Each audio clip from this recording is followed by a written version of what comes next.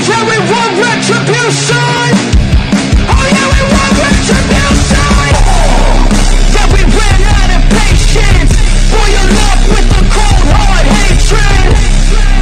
I can feel the vibration. Beat in the streets, it's a new sensation. I wanna break faces on the pavement. I wanna make greatness look complacent. Adrenaline awakened, I can taste it. We can make an impact, grab it and take it.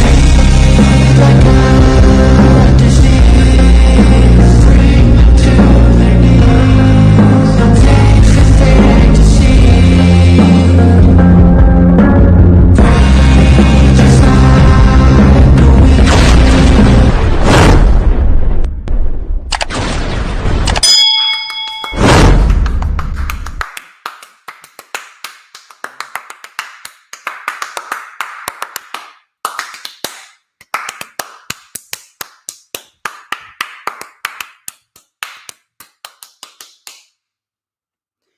Oh yeah, man. I feel it. I always feel it. Every single Saturday. It is going to be a good day because even though it's cloudy, it's a little bit warmer here in the state of New Jersey. You know, I would say great state, but let's be honest, there's nothing great about the state of New Jersey except for yours truly over here. But regardless of that, the crowd is starting to file in. The energy, it is just incomparable. And that could only mean that it's Saturday. And you know what that means. We're live. Ladies and gentlemen, I am the one and only DJ Storms. And I would like to welcome each and every single one of you back here to the greatest fucking show on earth as we are streaming live across 4 different platforms, across 1, 2, 3, 4, 5 different accounts. And we are getting set for yet another week of professional wrestling conversation. As of course, you already know who I am, Mr. Controversy and the operator of the best damn X, formerly known as Twitter, handle. No.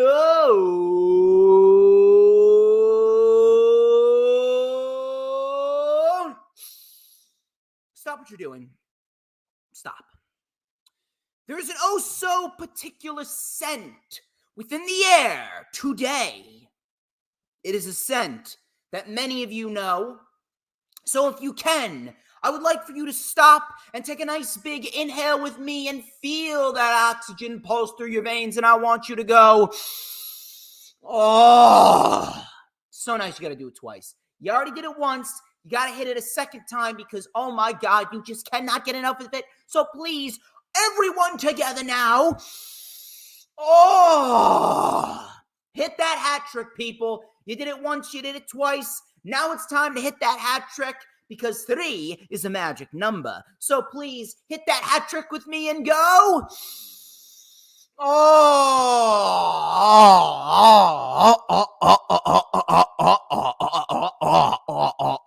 shit. Do you smell that? Oh my God, that is succulent. Oh, that is tasty. Do you know what that is, people? You know what that is? I'll tell you what that is. That is the smell of pure motherfucking excellence. Wait for it. Wait for it.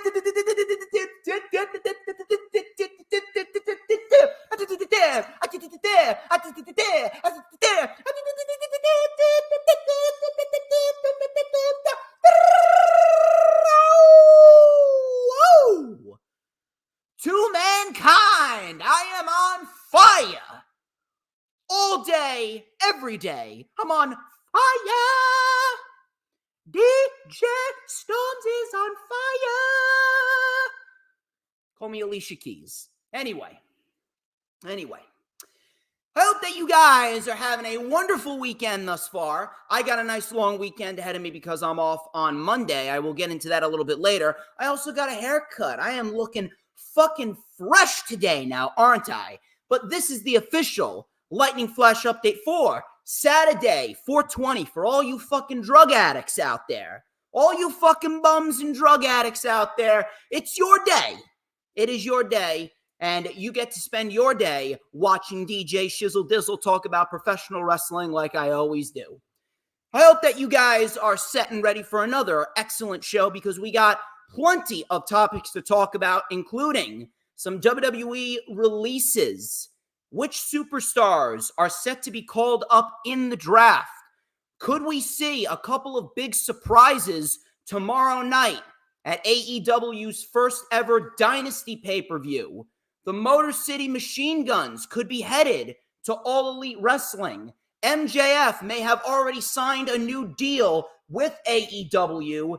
And Hikuleo, he could be leaving New Japan, which could very well lead to a potential War Games match for the Bloodline after everything that has gone on in the last 2 weeks following Roman's loss to Cody Rhodes. Is WWE setting up a major Bloodline War Games match in the fall of 2024? We're going to talk about that, and we're going to talk about Raw, Dynamite, and SmackDown. Much better week this week for professional wrestling. We got a lot of good content from all the shows this week.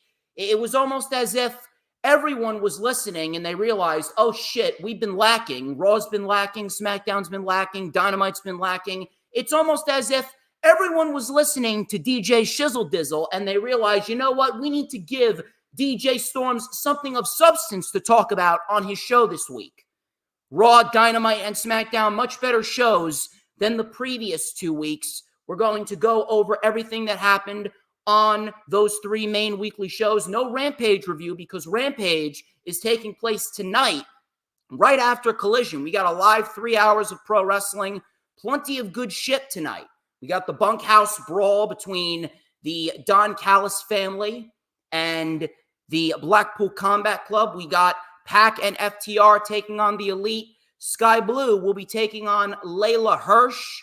On Rampage, we got Kyle O'Reilly, Daddy Magic, and Rocky Romero taking on the Undisputed Kingdom.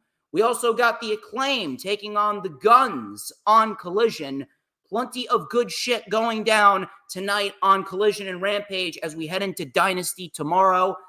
If you guys have not already done so, please make sure that you are following me on social media. Please make sure that you're following me on X and on Instagram at HistoryMaker DJS. One more time, it is at HistoryMaker DJS, as we got a lot of people filing in.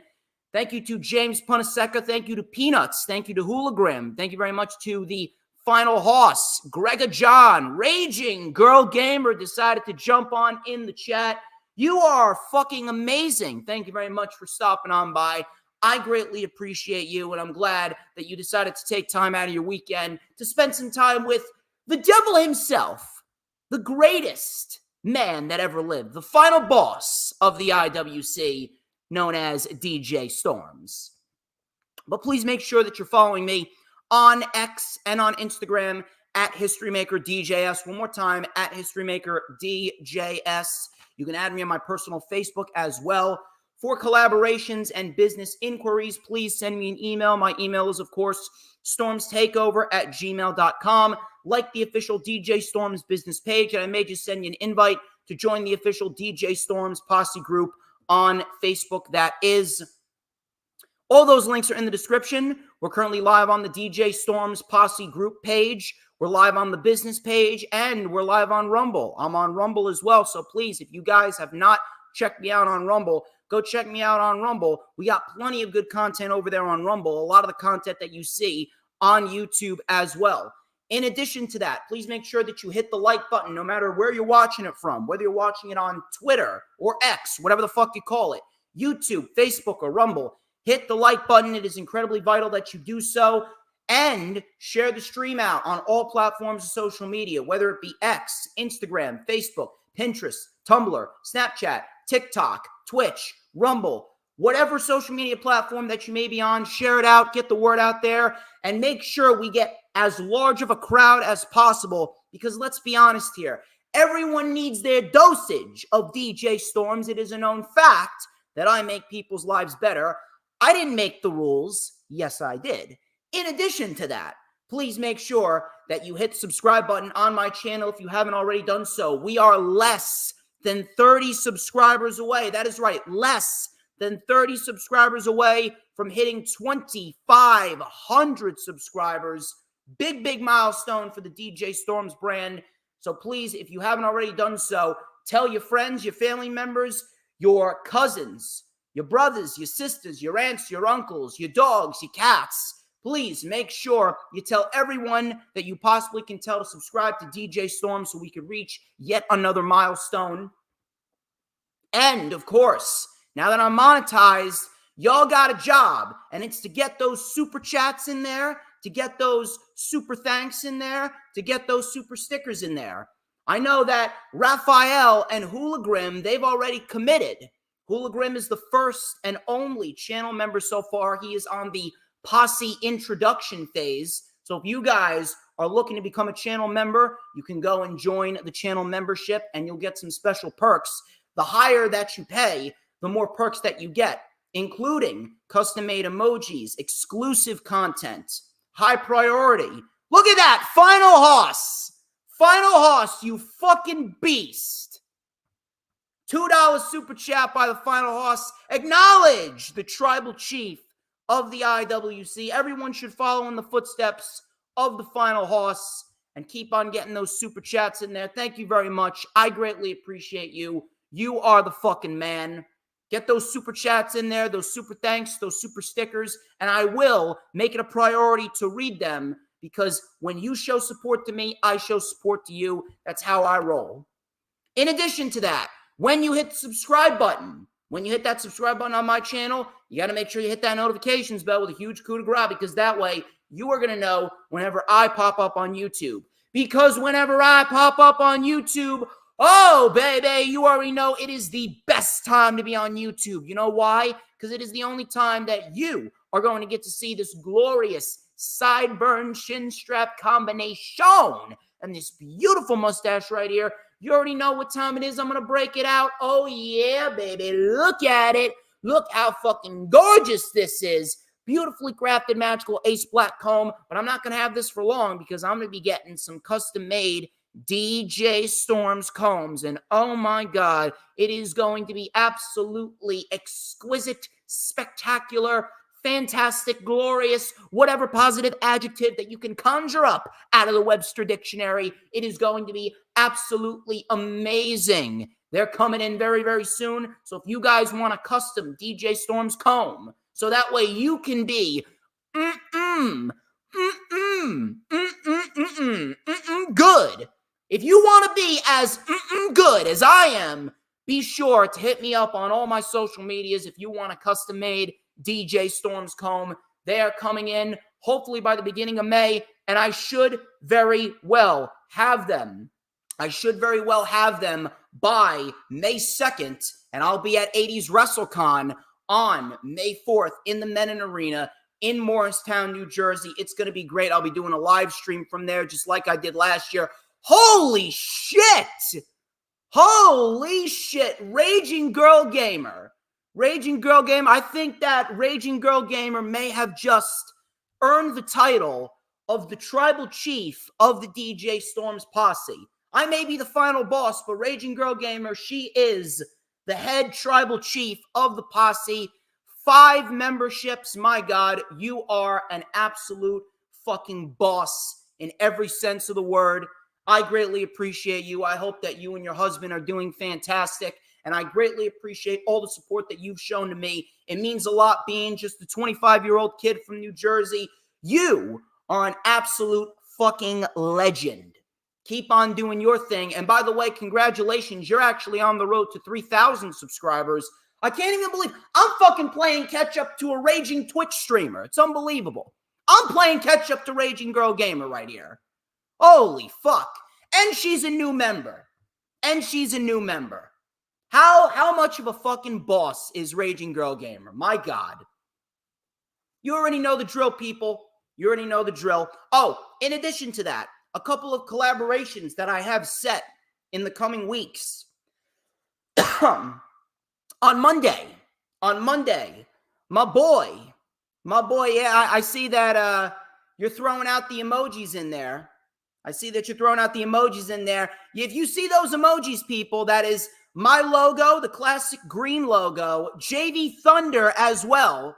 JV Thunder and blue lightning bolt fists, some great emojis. Raging Girl Gamer has all access to them.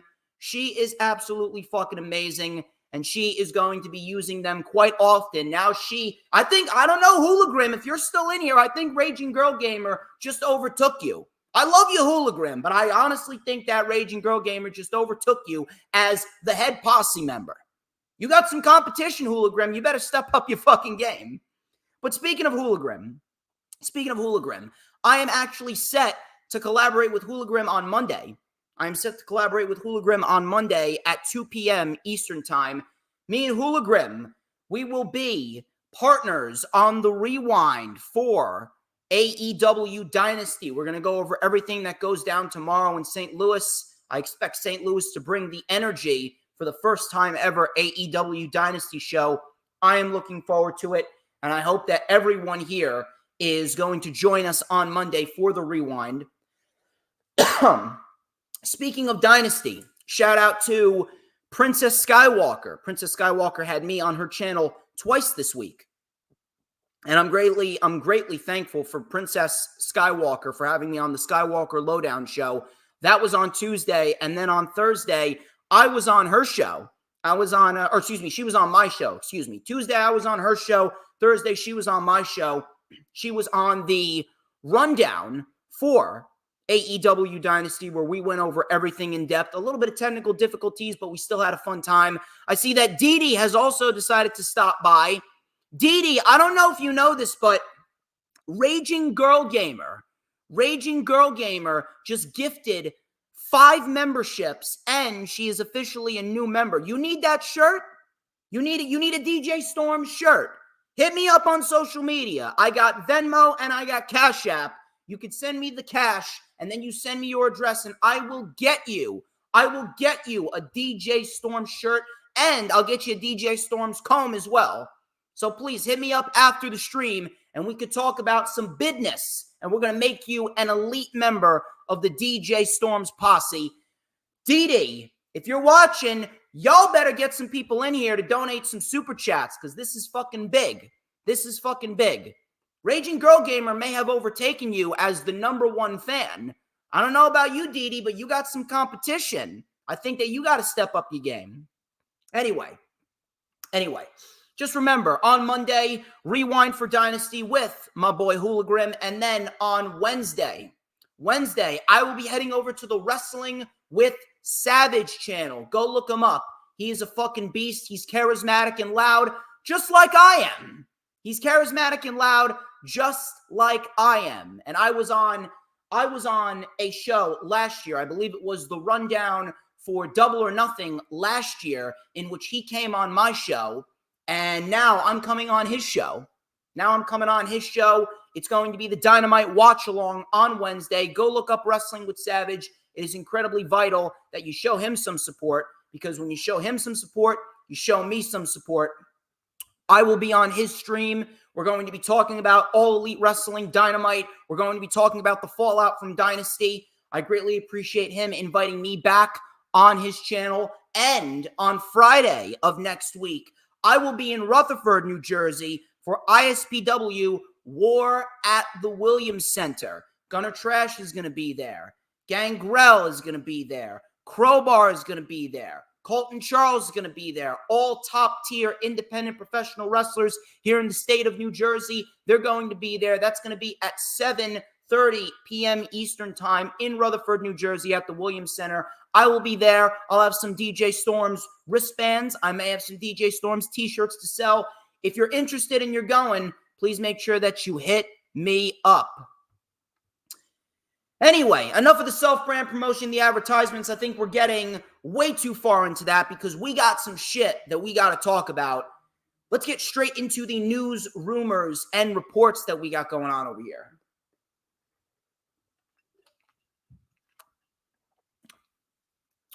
Jon Moxley.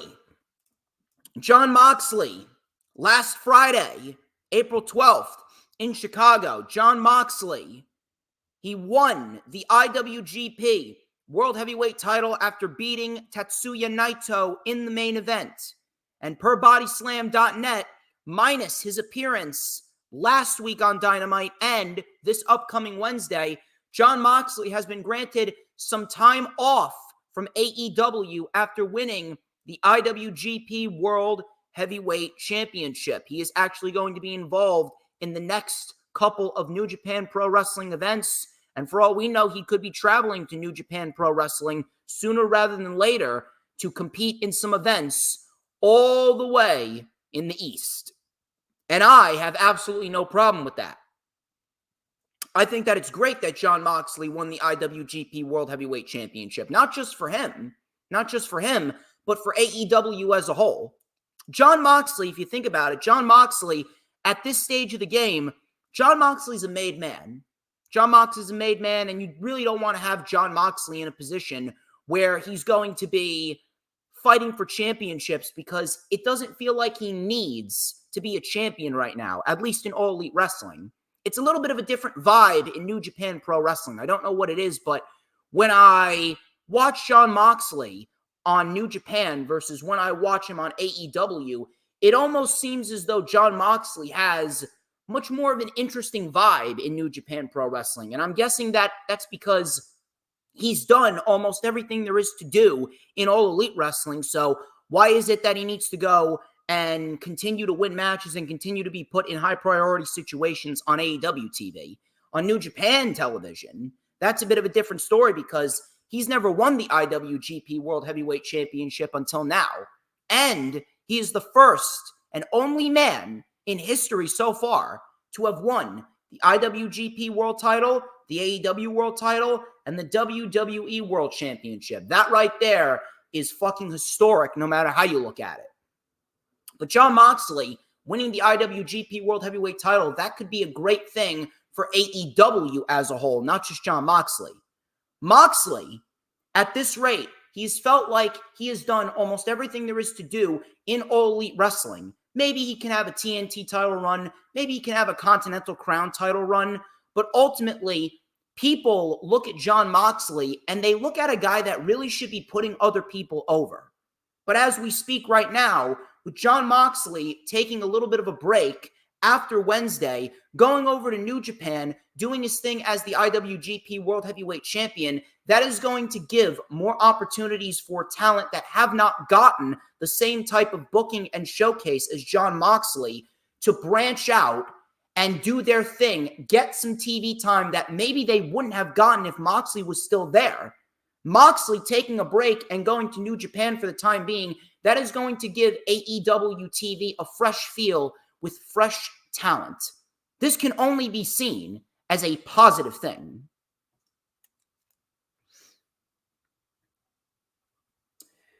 Moving on here, let's talk about the draft for a little bit. The draft is set to begin next Friday. And the rosters, if I'm not mistaken, the rosters are probably going to go into effect after Backlash is over, similar to what they did last year. Fightful has learned of a couple of people who are, as of this rate, confirmed for the draft, and they are set and ready to be called up. Two of those individuals who are reportedly a lock for the draft are individuals by the names of Ilya Dragunov and Carmelo Hayes. Several other NXT talent have been told as of this weekend that their status is still unknown. One person was asked about Trick Williams and what his status is for the draft. They said that Trick Williams is going to remain in NXT for a little bit, and they are planning on positioning Trick Williams as the face of NXT, which I have absolutely zero issue with. That is a perfect role for him because he is not ready for the main roster as we speak. Trick Williams has improved, that much I will say. If you take a look at him from 7-8 months ago versus where he is now, Trick Williams has definitely improved. But is he ready for the main roster? No. That's why he's probably the best individual to beat Ilya Dragunov. Ilya Dragunov can then do his thing on the main roster. I'm not sure where he goes, to be quite honest with you. Maybe SmackDown. And if you take a look at SmackDown, holy shit, SmackDown's got a really nice nucleus of younger talent with the likes of Austin Theory, Grayson Waller, Braun Breaker. If you add Ilya Dragunov to that, I mean, holy shit. That is some good mid-carders for the time being. And who's to say that we could not see Ilya Dragunov fighting for the World Championship sooner rather than later? I would honestly not be shocked at all if they want to position Ilya Dragunov to be fighting for the World Championship within the next year. The guy is that good. The guy makes anything that he's in feel important. There's a lot of people that need proper booking. All you need to do is put Ilya Dragunov in the ring, and he will literally make the best out of anything. Ilya Dragunov is legitimately a smaller version of Gunther. The man is as legit as they come. And then you got Carmelo Hayes. I mean, need I say more about Carmelo Hayes? Carmelo Hayes has been a main eventer for a long time. Carmelo Hayes put on some of the best matches of NXT's calendar year last year. And above all else, Carmelo Hayes, he's got that superstar look. He's got a superstar look. He's got the superstar talking ability. He can wrestle as if he's been wrestling for 15 plus years. If that man is not at least in contention for an Intercontinental or a United States Championship by next year's WrestleMania, someone in that company is doing something wrong. So I'm looking forward to when they get called up because they are fucking great at what they do. I'll tell you what else is great. The women's division for NXT, they're about to get a shot of adrenaline right in the arm as Julia from Stardom, she is set to make her debut sooner rather than later. Fightful Select has learned that the belief within NXT is that Julia will have her debut match at NXT Heatwave on July 7th, which is the day after Money in the Bank. And Julia is expected to be challenging for one of the NXT Women's Championships, whether it be the NXT Women's Championship or the NXT Women's North American Championship. Now, I'm not sure how I feel about this because there's positives and negatives to this. Now, on the one hand, if you think about it, Julia, realistically, she's a champion anywhere that she goes. Realistically, you could put a championship on her if you wanted to in her debut match, and a lot of people wouldn't even bat an eye because Julia is just that good. And in addition to that, who on NXT TV right now, outside of maybe a Blair Davenport, outside of maybe a Sol Ruka, outside of maybe those two women, who on NXT's women's division realistically feels like they should be a champion? WWE has not really done that good of a job building up their women's division. Only after WrestleMania have they really started to give the women more opportunities. We've seen Naomi and Tiffany Stratton get a nice amount of time last week on SmackDown. We've seen Bayley and Naomi, they main evented SmackDown last night. And then you had Tiffany Stratton get involved, probably going to be looking at a triple threat match at Backlash in France. So the women, they're slowly starting to get more opportunities, but as we speak, the women's division across the board with Raw, SmackDown, and NXT, they haven't really been given a lot of showcase. And there's not many people in the NXT women's division that I can take a look at and tell you, yeah, you know what? She should be a champion, or maybe she should be on the main roster outside of Blair Davenport and Sol Ruka. I'm actually severely disappointed that Blair Davenport has still not won a championship. That kind of pisses me off. The fact that Blair Davenport has been employed by the WWE for how long now? Going on 3 years? Nearly 3 years with the company. And this woman has not been given one title reign.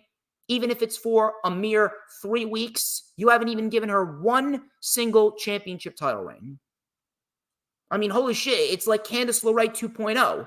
Candice LeRae could realistically out-wrestle anyone on the roster, and yet she's only been given a measly 2-month reign as NXT Women's Tag Team Champions, and now the NXT Women's Tag Team titles are no more. Need I say more? Need I say more? But Julia, if Julia comes in, she's coming in with a lot of hype right now. She's coming in with a lot of hype. She's coming in with a lot of fanfare, and she's coming in with a lot of legitimacy as well. There really hasn't been anyone that's been built up enough. So if you want to, I guess I wouldn't mind her being NXT Women's North American Champion. I honestly wouldn't mind that, because if I am going to be a betting man, I would probably say that she's not going to stay in NXT for very long. She's not going to stay in NXT for very long. She's going to be on the main roster sooner rather than later. I do not know how long they're going to keep her in NXT. They didn't keep Dragon Lee in NXT for that long. They only kept Dragon Lee in NXT for about, maybe 10, 11 months, not even a year. And now he's on the main roster full time. That could very well be Julia sooner rather than later, although I don't think that they should rush her. But as far as challenging for a championship right out of the gate, that's kind of unfair to a lot of the women in the division who have actually been working hard to try and get better, and they haven't been given the proper booking, like Kiana James. Like, Kiana James is great. Kiana James is awesome, but how many people legitimately give a shit about her? Thea Hale, she's very good. Does anyone give a shit about her? No. Tatum Paxley? Tatum Paxley's a very solid pro wrestler, but the character that she's been portraying sucks balls. Seriously. And then people want to get mad at Dave Meltzer because he said that Tatum Paxley wasn't good. Listen, I don't listen to the Wrestling Observer newsletter. I don't listen to Wrestling Observer radio. I do not listen to anything Dave Meltzer related. I don't. I don't know Dave Meltzer from a hole in the wall. I am not subscribed to his newsletter. But at the end of the day, he's right. He's right. He's not right all the time. But in this scenario, Meltzer's right. Tatum Paxley's character sucks. I don't really understand why WWE, they book the majority of the division so fucking poorly, and then they bring in a new star, they bring in a new signee, right? And they automatically think about pushing that new signee to the moon because, hey, they're hot. They're hot, and you really have no one else to push because you buried everyone else. Women like Sol Ruka, now she's been injured, can't really blame her, but women like Tatum Paxley, Thea Hale, women like Kalani Jordan, women like Kiana James, all these other women down there, they have been presented like undercard scrubs. They haven't been presented as legit threats in the division. So by that logic, you're ultimately putting them at a disadvantage, and you're not giving them the proper opportunity to showcase to everyone what they can do. Meanwhile, you're bringing in a new signee in Julia, and you're just going to gift her a championship right out of the gate. It's the same thing that AEW is doing with Mercedes Moné, and she's going to be the TBS champion in her first match in AEW. I can't get behind that. I'm sorry. I can't get behind that at all. Speaking of AEW, I'll tell you what I can get behind, though. I'll tell you what I can get behind.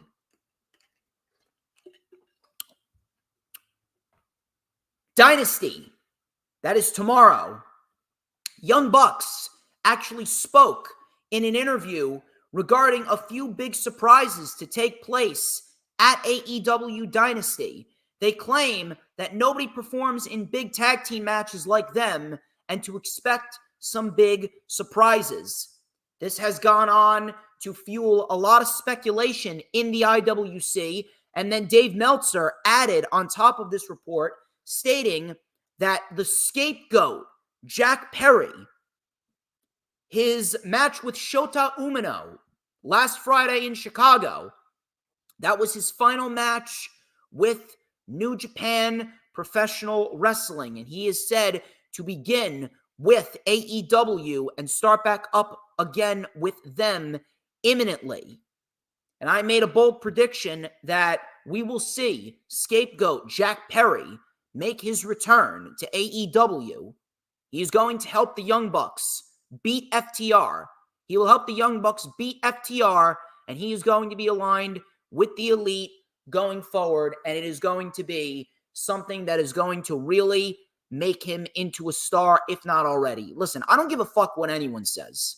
I don't give a fuck how you want to spin it. I don't give a fuck what kind of excuses you want to pull out of your ass. Jack Perry was made into a fucking superstar in New Japan. His run in New Japan made him into a superstar and brought him up several levels where we know he can be. There's an aura about Jack Perry now, an aura about Jack Perry that many people felt in Chicago at Windy City Riot. Matter of fact, the people in Chicago were actually cheering Jack Perry.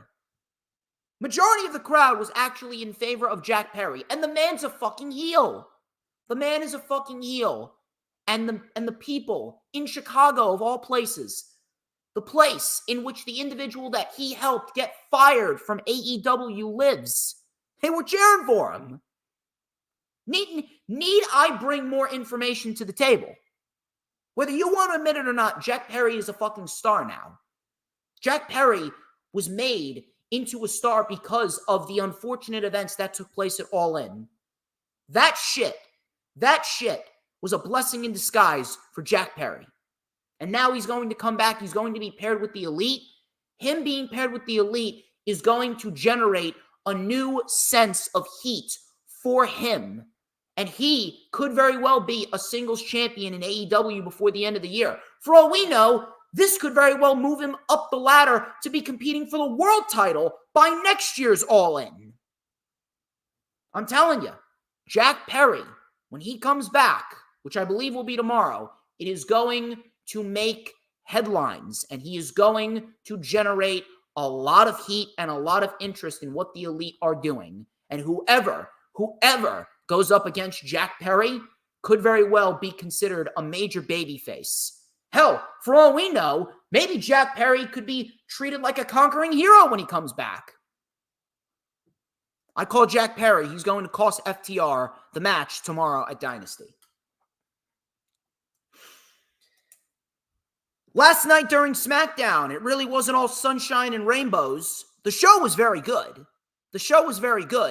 But Fightful Select reported that WWE had begun releasing talent again. As of this morning, there have currently been 5 people that were released. The releases are as follows: Xia Li, Zion Quinn, Veer Mahan, Sangha, and the modern day Maharaja, Jinder Mahal. Jinder Mahal, the Jinder, has been hindered. Goodbye, Jinder Mahal. We will not miss you. Goodbye. Let me tell you something. I really don't want anyone to lose their job. I don't. I don't want anyone to lose their job, but let's be honest right here. Do you really care that you're not going to see these individuals on WWE TV anymore? I mean, I don't. And I guarantee you the majority don't. WWE has begun releasing talent again. Xia Li, Zion Quinn, Jinder Mahal, Veer Mahan, and Sangha have all been released. I know that no one wants to see anyone lose their job. Trust me, I know. I do not want to see anyone lose their job. I do not want to see anyone without a means of support for their family. If anyone deliberately wants to see someone lose their job, I think that something is mentally wrong with them. But let's be honest here. Whoever got released here, no one is going to miss. I'm sorry. As bad as I feel for them, they're not going to be missed. WWE has begun releasing talent. You already got Jinder, Zion Quinn, Veer, Sangha, and Xia Li all gone. I will say this. A couple of them you could say could have been a little bit more. But realistically speaking, they haven't been seen on WWE TV in how long now? They haven't been seen on WWE television in God knows how many months. When was the last time you saw Jinder? When he was fighting Seth Rollins? WWE is doing what they need to do. They're getting rid of the excess fat. They're getting rid of the people that they don't need, because at this very moment, only the best should be employed by the top tier wrestling companies. That goes for AEW and WWE. Maybe they could have been given more of an opportunity, but with a roster like they have, I'm telling you, these individuals that were released, they weren't going anywhere.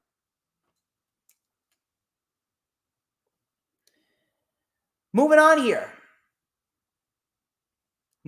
Let's discuss WWE and their potential plans to move WrestleMania. I didn't think that I would be talking about this, but this actually turned out pretty interesting, to say the least.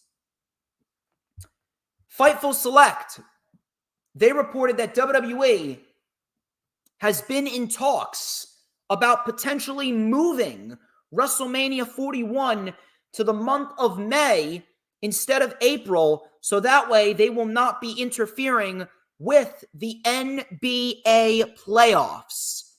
Now, I'm just going to throw this out there.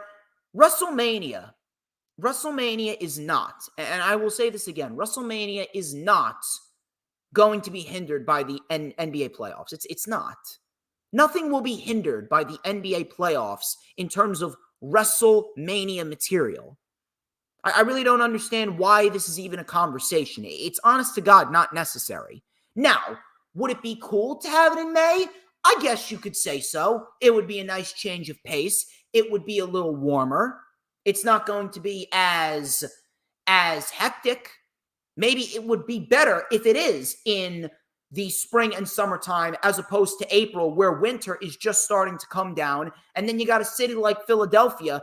We don't know if Philadelphia is going to be warm or if it's going to be cold. It was like night and day. It was night and day on WrestleMania night 1 and night 2. We had higher wins on night 1 versus no wins on night 2. Maybe it's a weather thing. I don't know. But to be quite honest with you, I'm not really sure why WWE is concerned about the NBA playoffs when they haven't been concerned about the playoffs for anything in God knows how long. It's not even like that matters, because no matter what happens going forward, WWE is going to end up breaking records left and right. WWE is going to end up breaking records left and right, and they're going to end up breaking all sorts of social records and attendance records and profit records and revenue records and all these other fucking records that they set last year. They're ultimately going to end up breaking those records at the next year's WrestleMania, and then the following year after that, they're going to break them. So I don't know why they really care about the NBA playoffs. But listen, I'm not going to write it off as a bad thing yet. Because we could end up seeing WrestleMania in May, and it could give us a better vibe, especially for the people that are going to the event. If it is an outdoor event, it would be a lot warmer. In addition, rather than holding it in the summertime in a hot stadium, I'm talking about like if it's in the dead of summer, being in May is kind of a nice sweet spot, because in May, it's not blazing hot and it's not too cold. It's like just right. It's usually like 60 degrees, maybe even 70 with a nice breeze. Though that type of weather is picture perfect for outdoor stadium sporting events. So if WWE wants to move it to May, at least for 1 year, I don't know. Maybe it could work. But I really don't understand why they're concerned about the NBA playoffs. That's never been a problem when it comes to WrestleMania. Never. MJF.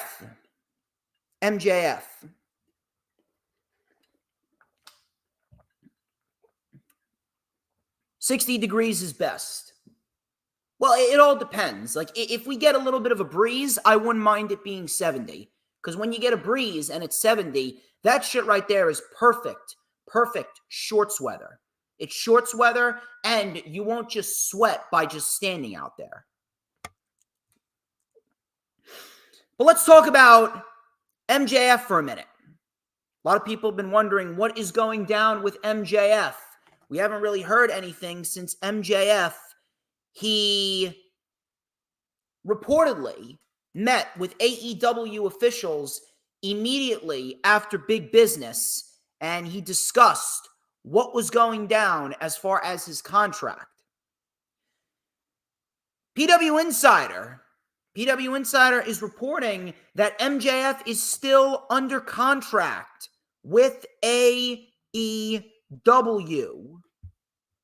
At this rate, AEW, they have locked him into a new deal. And he is working on recovering from multiple injuries. But at this rate, it seems as though the conversations that they had a day after AEW Big Business, it was finalized, and he has currently been signed to a new deal. At this rate, he is just working on recovering from his multiple injuries. Now, I don't know how far along MJF is in his recovery. I don't. I'd like to believe that he is taking it slow. He's taking as much time as he needs. It's kind of unfortunate that he got injured because he is one of the most vital acts on AEW TV as we speak. Anything that he touches turns to gold. I'm not sure how far along he is in his recovery, but if he hasn't gotten surgery yet, because at this rate, a lot of people were asking, well, is he going to get surgery because he had a torn labrum? I'm not sure if it's a full tear or a partial tear, but if he hasn't gotten surgery yet, I'm no doctor, but I'm going to go out on a limb and say that maybe he doesn't need surgery. Because I don't understand if he needs surgery. I really don't fucking understand why he would wait 4 fucking months after his last match. I would not understand why he would wait 4 months after the fact, and now he's getting surgery. There's a difference between Adam Cole's injury and MJF's injury. Adam Cole had a swollen ankle because he shattered his ankle in multiple places. So Adam Cole needed to wait for the swelling to go down in order to get surgery. But as far as MJF goes, it's a torn labrum. It's a torn labrum, similar to what happened with Cody Rhodes and Cody Rhodes' torn pec. So if MJF has been waiting for 4 months now and there's been no sign of surgery, at least according to these reports, maybe he doesn't need the surgery. However, I'm going to throw out a bold prediction here. I think I know when MJF's return is going to be. PW Insider is reportedly claiming that MJF has been locked into a new AEW deal. As expected, he wasn't going to go to WWE. Right now is not the best time for him to go to WWE. There is still a lot for him to accomplish in AEW. Now, if he hasn't gotten surgery up to this point, I really don't understand why he would wait 4 months to get surgery. But according to the reports, he hasn't gotten surgery. I'm going to throw out a bold prediction here, considering that Forbidden Door is in the UBS Arena, which is in MJF's hometown of Long Island. I'm going to throw out a bold prediction here, and I'm going to say that we will see MJF make his return at Forbidden Door. I'm going to claim we will see him make his return at Forbidden Door. It just feels right. It just feels perfect. And then from there, if it's not going to be Swerve versus Hangman, and it's not going to be MJF versus Adam Cole, we could get MJF versus Swerve for the world title at All In at Wembley.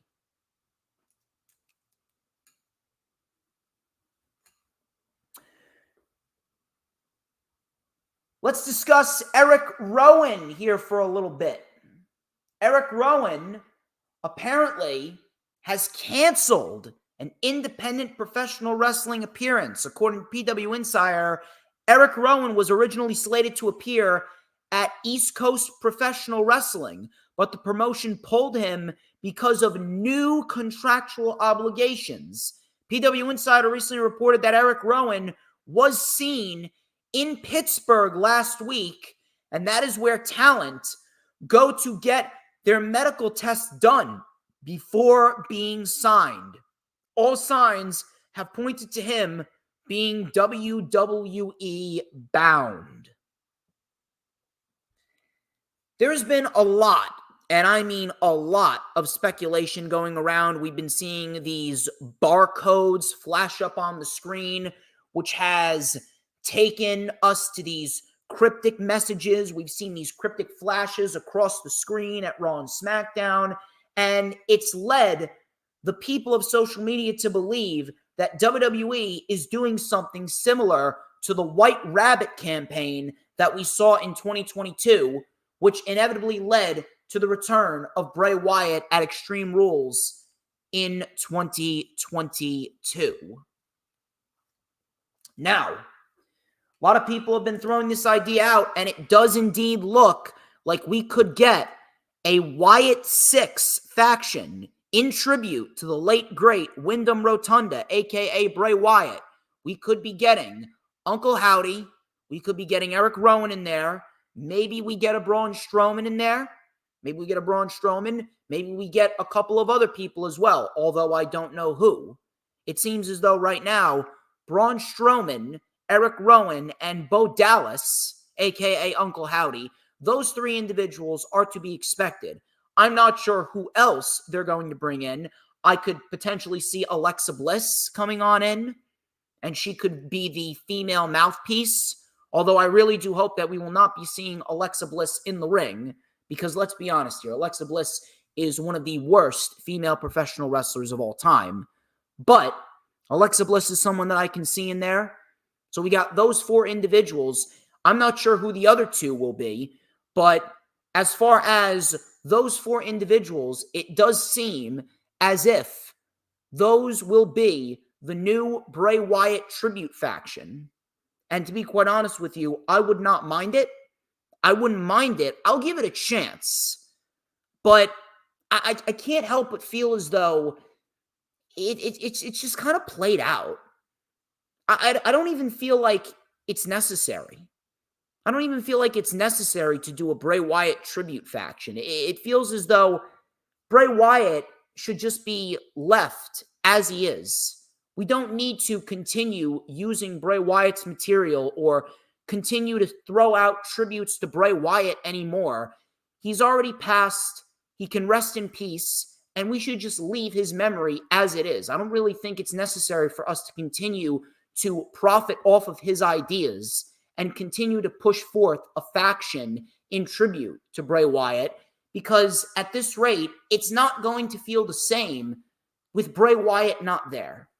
Because Bray Wyatt was the mastermind behind it all. Bray Wyatt was the glue that held everything together. It was Bray Wyatt that ultimately made Erick Rowan a better performer. It was ultimately Bray Wyatt that made Luke Harper, Brody Lee, a better performer. It was ultimately Bray Wyatt that brought in Braun Strowman and brought him into a scenario in the WWE where he would be taken seriously at some point during his run.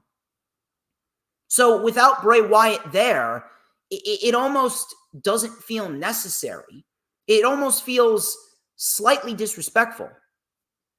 I have an immense amount of respect for Bo Dallas, Erick Rowan, Braun Strowman, and Alexa Bliss in terms of how much they love Bray Wyatt.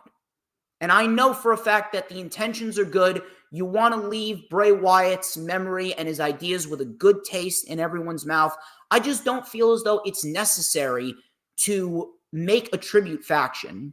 At this rate, I think that we should just remember Bray Wyatt as he was. I think we should remember Bray Wyatt as the great performer that he was and the great ideas that he brought to the table. Because as we speak right now, it doesn't even feel right to do a Bray Wyatt-inspired tribute faction if Bray Wyatt is not there, because he was the glue that held everything together. And it feels as though it's just going to be very, very hollow if Bray Wyatt is not there. I don't think that a Bray Wyatt tribute faction is necessary right now.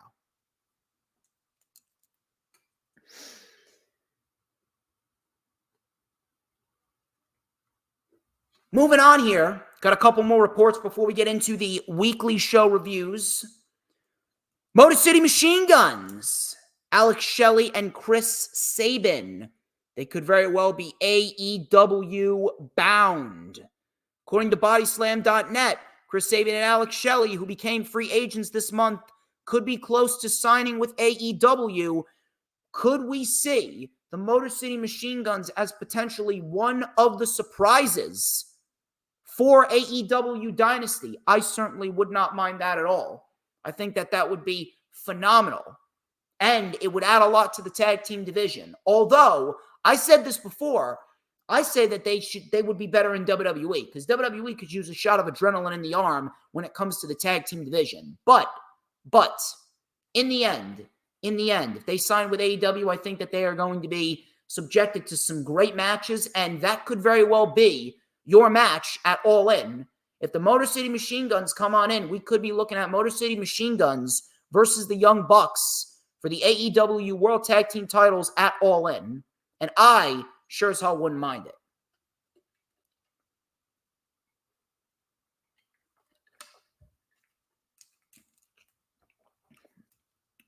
TNA. There's been reports going around for TNA. They got their Rebellion show in Las Vegas tonight. And reportedly, TNA could be seeing the return of a former TNA talent. There's been a little lights out campaign that has been going on with TNA. We could very well see a TNA original return to the company. Not sure who that might be, but we'll have to see tonight. I'm thinking I may go out of my way to watch Rebellion, excuse me. I may go out of my way to watch Rebellion, mainly because of the fact that I want to see Nick Nemeth win the world championship. I have a big feeling that Nick Nemeth will beat Moose, and he will be winning the world championship. Seth Rollins. I got to give my respect to Seth Rollins because Seth Rollins is an absolute fucking beast of a human being. Seth Rollins wrestled for a combined 55 minutes. 55 minutes across both night 1 and night 2 of WrestleMania 40. And Seth Rollins wrestled with a torn meniscus for both nights. PW Insider recently reported that Seth Rollins underwent successful knee surgery this past Tuesday to repair that torn meniscus. Let me tell you something. You don't have to like Seth Rollins' character. You don't have to like the cringy theme song. You don't have to like the you don't have to like it. But Seth Rollins, the human being, Seth Rollins, the performer, Seth Rollins, the professional wrestler, Seth Rollins, the professional wrestler, is undoubtedly one of the greatest professional wrestlers of our generation. There's a lot of people that wouldn't even think about wrestling for 5 minutes with a torn meniscus. Never mind 55 minutes with a torn meniscus. That's how important WrestleMania meant to Seth Rollins. That's how important everything regarding professional wrestling means to Seth Rollins. And that right there, that showcases Seth Rollins. That takes some fucking balls. That takes some fucking balls to wrestle with a torn meniscus at the risk of potentially further injuring yourself more, whether it be an MCL or an ACL, something else in your knee. We all know that the knees aren't necessarily Seth Rollins' strong suit. You know for a fucking fact that Seth Rollins could have easily injured himself further. The fact that he didn't, and the fact that he was able to make it through both nights of WrestleMania merely with just a torn meniscus and keep it at a torn meniscus, that right there takes some heavy, and I mean some heavy fucking balls. So I do believe that we all should extend some more respect towards Seth Rollins going forward, because Seth Rollins, he is fucking great at what he does. And he deserves a hell of a lot more respect than what he's given. I got a big one right here for you, and I'll give you something to talk about. Bloodline. The Bloodline. That storyline has essentially been rejuvenated. And all it took was Roman Reigns losing the championship. And now that Roman Reigns is no longer champion, the storyline has become infinitely more interesting than it was before WrestleMania. And it's a great thing to see. This is why I said that Roman should have lost last year. But regardless, title's off Roman. I can only be happy that it is. I got a report from Fightful. they learned that Hikuleo, the adopted son of Haku, has a contract with New Japan Pro Wrestling, and it is set to expire in June of this year. Hikuleo and El Fantasmo, the Gorillas of Destiny, recently lost the the New Japan Strong Openweight Tag Team Championships.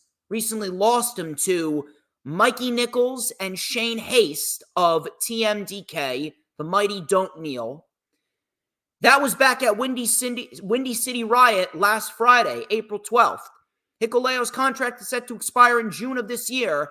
It is unclear whether New Japan has made him an offer for a new contract, but it is expected that they will, as the expiration date on his current contract is drawing nearer and nearer. Now, WWE and New Japan, they have really been very, very laxed when it comes to contracts, when it comes to the contractual negotiations, and whether or not we will see certain people leave or stay certain companies. But at this very moment, I really don't see a place for Hikuleo in New Japan anymore. And if WWE, they already brought in Tama Tonga. They brought in Tama Tonga to be Solo Sikoa's right-hand man. Then you got Jacob Fatu, the Samoan werewolf.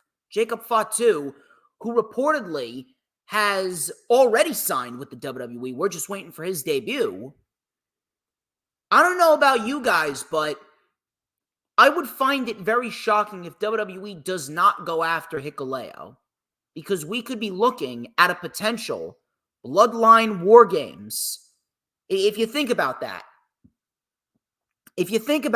before WrestleMania, everyone was just focused on Roman Reigns losing the championship. Now that Roman is no longer the champion, and now Roman Reigns could very well come back as a badass babyface, we could very well be looking at Roman Reigns reuniting the Usos and then going into a War Games program with Solo Sikoa and the bloodline that he's building right before our very eyes. We could very well see The Rock come back in the fall. We could see Rock, Solo, Tama Tonga, and Jacob Fatu versus Roman, Jimmy, Jay, and Hikuleo. And there's your 4-on-4 War Games match. Or even so, if The Rock's not going to compete, because again, I don't know if The Rock has the balls to step into War Games, let's be honest here. He's lucky he made it out of WrestleMania with no injuries. But if The Rock doesn't want to compete in War Games, let's say The Rock is the mastermind behind Solo Sikoa, and The Rock is manipulating Solo Sikoa to control his own bloodline, right? Let's say The Rock is not involved in War Games. Let's say it's going to be Solo, Tama Tonga, Jacob Fatu, and Hikuleo. And that is your Bloodline War Games team on Solo's side. What do you do with Roman's side?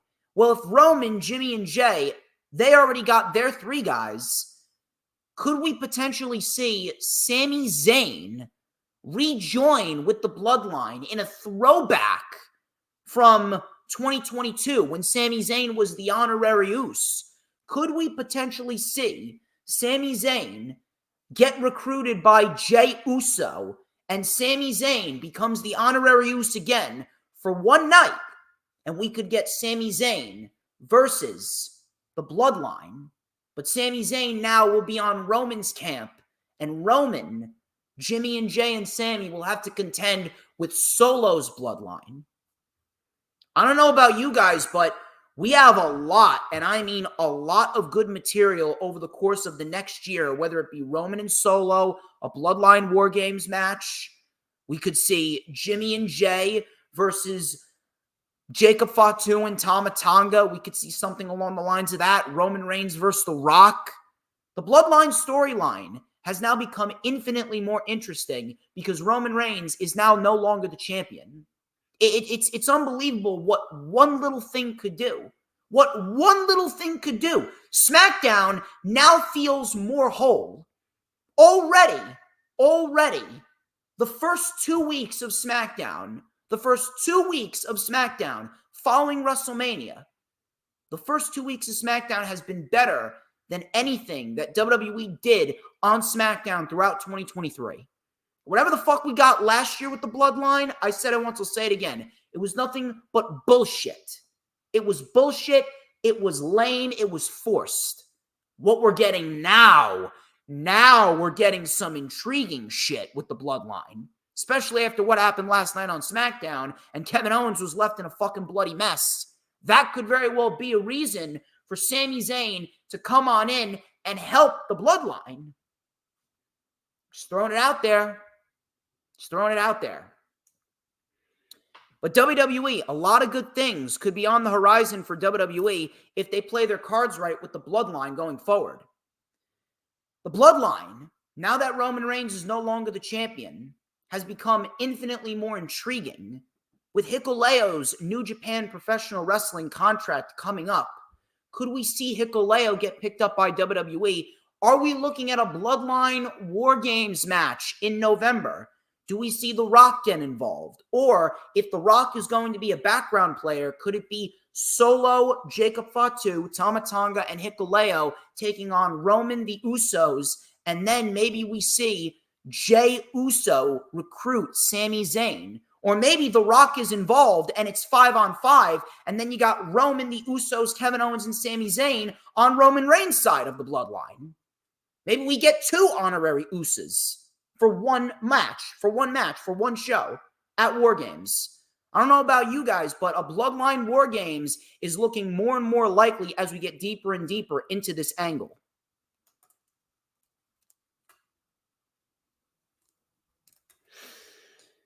Those are all of your news, rumors, and reports for today.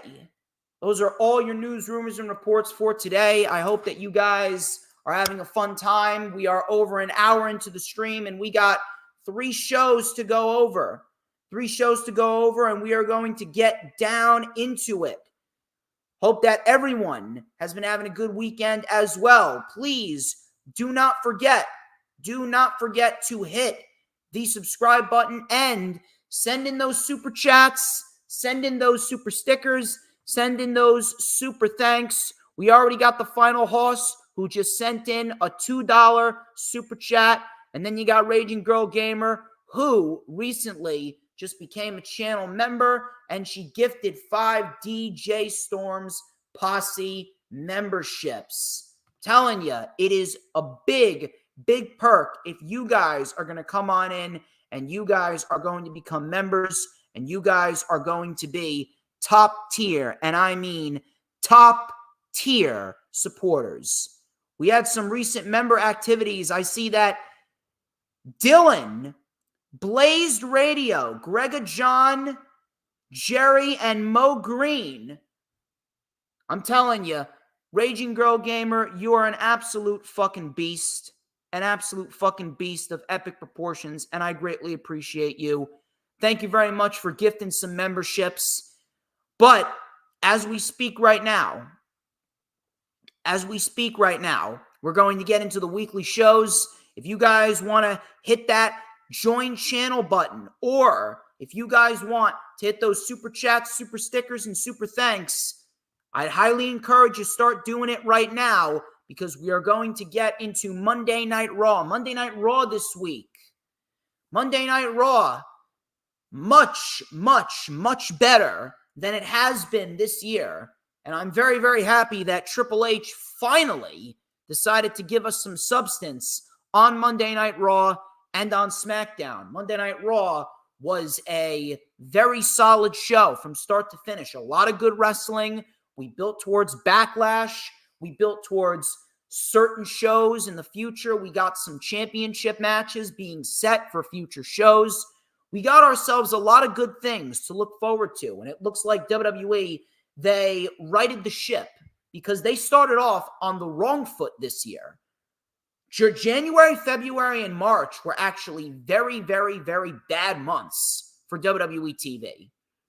we were getting some really bad, lackluster shows on WWE side of the fence. And I'm glad that things have started to turn around. Rhea Ripley kicked off the show. She came out wearing a sling. She didn't look too happy, and to be quite honest with you, I do not blame her. Rhea Ripley said that she is stuck on the shelf for quite a few months. The crowd was chanting bullshit. I agree. She said that this means the most to her, and that's why it is so painful. She laid the championship out. The crowd chanted, "Thank you, mommy." Rhea then said that she is going to come back for blood. And she would have had the same respect for Liv Morgan if she actually stood up to her face-to-face instead of blindsiding her. Whoever wins my title, I am coming for blood. And when I fight Liv, they'll have to lock me up in Montreal jail. Out came Liv Morgan, laughing and cackling like Joaquin Phoenix's Joker. We had Rhea Ripley saying, "Let her go, let her go." The security was trying to hold back Liv Morgan before Rhea Ripley decided to dart out. The security held back Rhea Ripley, and Rhea Ripley gave one of these poor motherfuckers a headbutt, and Rhea Ripley left feeling extremely angry. Hoolagrim, let me tell you something. I am not a bandwagon hopper. I don't hop on any bandwagons. I've never been a bandwagon hopper. I've always been an individual that tells you what is truthfully good and truthfully bad.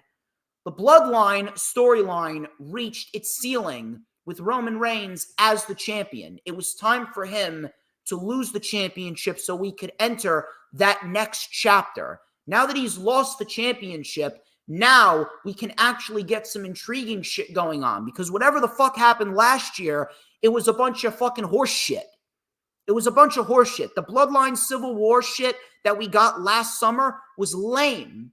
It was lame and it was forgettable. This shit, what we're getting now with Tama Tonga, this shit, now it's starting to get good. You know how I am. I don't sugarcoat shit. But Rhea Ripley, I'm losing track here. I'm losing my train of thought. Rhea Ripley. I spoke about this on the Princess Skywalker Lowdown show. Do you want to know what sucks about this entire thing with Rhea Ripley? It's the fact that her title reign was just starting to get good. Literally. You take a look at her title reign from April to December of 2023. Her title reign in those 9 months fucking sucked dick. Not even bullshitting you. Her title reign was fucking awful between those months. And it's not even her fault. It was just the fact that they weren't giving her anything to work with. They were having her fight fucking Natalya and fucking Zoe Stark. I mean, like, how are you supposed to make do when you're fighting Natalya and Zoe Stark in nothing matches and you're nothing more than a background player for the Judgment Day rather than being the women's world champion? They built up no challengers for Rhea, but then we get to 2024. You had that great match with Ivy Nile. You had the main event with Nia Jax at Elimination Chamber. Then you had the match with Becky Lynch. And I'm thinking to myself, finally, Rhea Ripley is starting to get some heat behind her. And then the injury happened. I'm not going to blame Liv Morgan. I'm actually going to blame WWE Creative, because that whole backstage attack, it really wasn't necessary.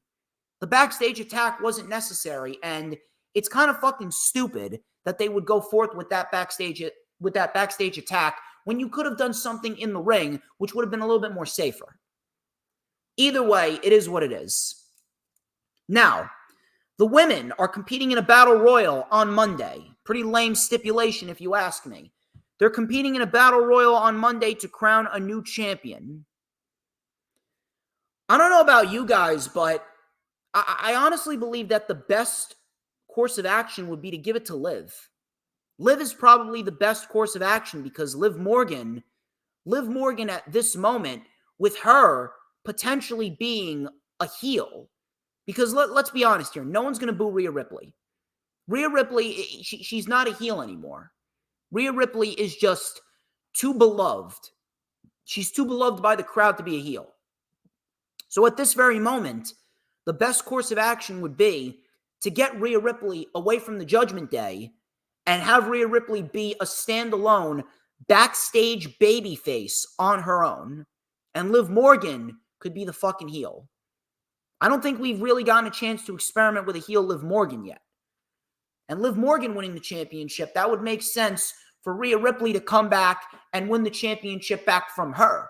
We don't need a Becky Lynch title reign. We don't need fucking Nia Jax winning the championship. Who else are you going to give it to? Fucking Maxine Dupree? Ivy Nile? You're going to give it to fucking Indy Hartwell? Who the fuck are you going to give it to? Liv Morgan is the best possible individual to win, not Becky Lynch. If Becky Lynch wins, I'm actually going to be severely disappointed. Sheamus, the fella. Sheamus is back. He fought Ivar in what was a very solid match. Sheamus wins with a bro kick. The crowd are hyped to see him back. And by the way, he has his old theme song back. He came out to Written in My Face. Fucking love it. Absolutely fucking love it. I miss that song so much. And I'm very, very happy that Sheamus has his theme song back. Now, I don't know where he goes. But let me tell you something. A wrestling show with Sheamus on it is a better wrestling show overall. Because Sheamus is fucking great.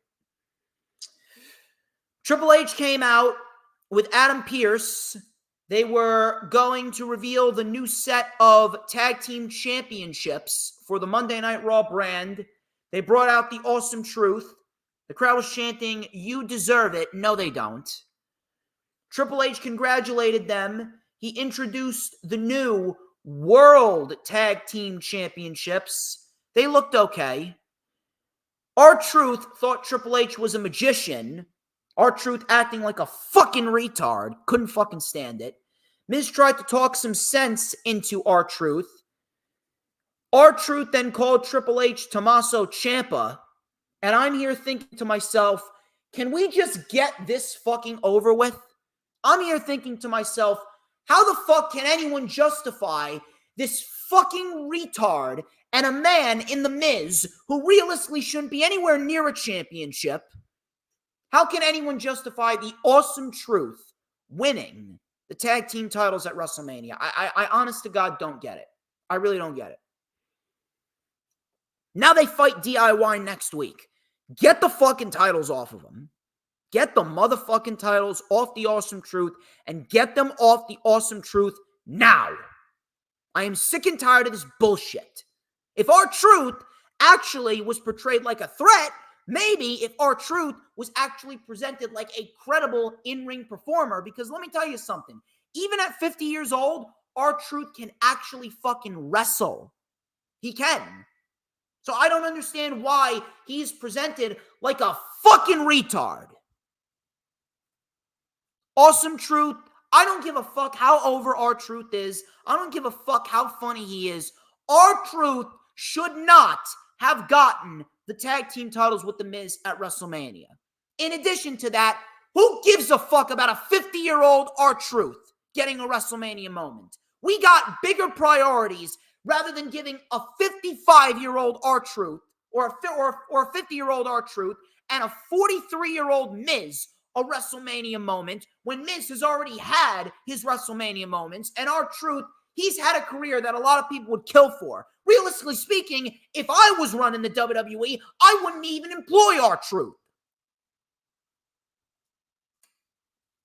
I don't give a fuck about his comedic timing. I don't watch the WWE for Comedy Hour. If I wanted Comedy Hour, guess what? I will go watch Jeff Dunham.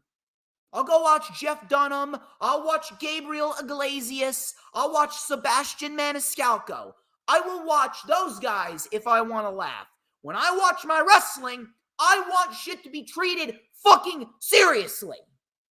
I want serious shit like what we got last night with Kevin Owens being left in a fucking bloody mess. I want serious shit like DIY and the Creed Brothers and the New Day fighting to crown new number one contenders. Serious shit. You want to do comedy? Fine. You could do a comedic segment here and there, but R-Truth is nothing but a fucking comedy wrestler. They're not even portraying him like a fucking threat. I don't give a fuck. I really don't. I do not give a fuck. You want to enjoy R-Truth? Go ahead. Go ahead. Enjoy R-Truth. But I'm not here to tell you what I enjoy and what I don't enjoy. That's what separates me from everyone else. While everyone else is sharing their opinions, I'm spitting facts. And the fact of the matter is that R-Truth and The Miz should not have won the titles. Get the fucking titles off of them. Put them on DIY next week. They won the number one contendership in a very good match, by the way, with the Creed Brothers and the New Day. Very good match. They won, and now we are going to be getting DIY versus Awesome Truth next week. Give the titles to DIY. Realistically speaking, DIY should have won the titles at WrestleMania. But, you know, what the fuck do I know? Well, we got to get a 50-year-old R-Truth, a WrestleMania moment. Ooh. Make like your mother and suck my dick. Candice LeRae. Candice LeRae and Indy Hartwell took on Ivy Nile and Maxine Dupree. Man, what a match. What a match after we just got done with dealing with our fucking truth.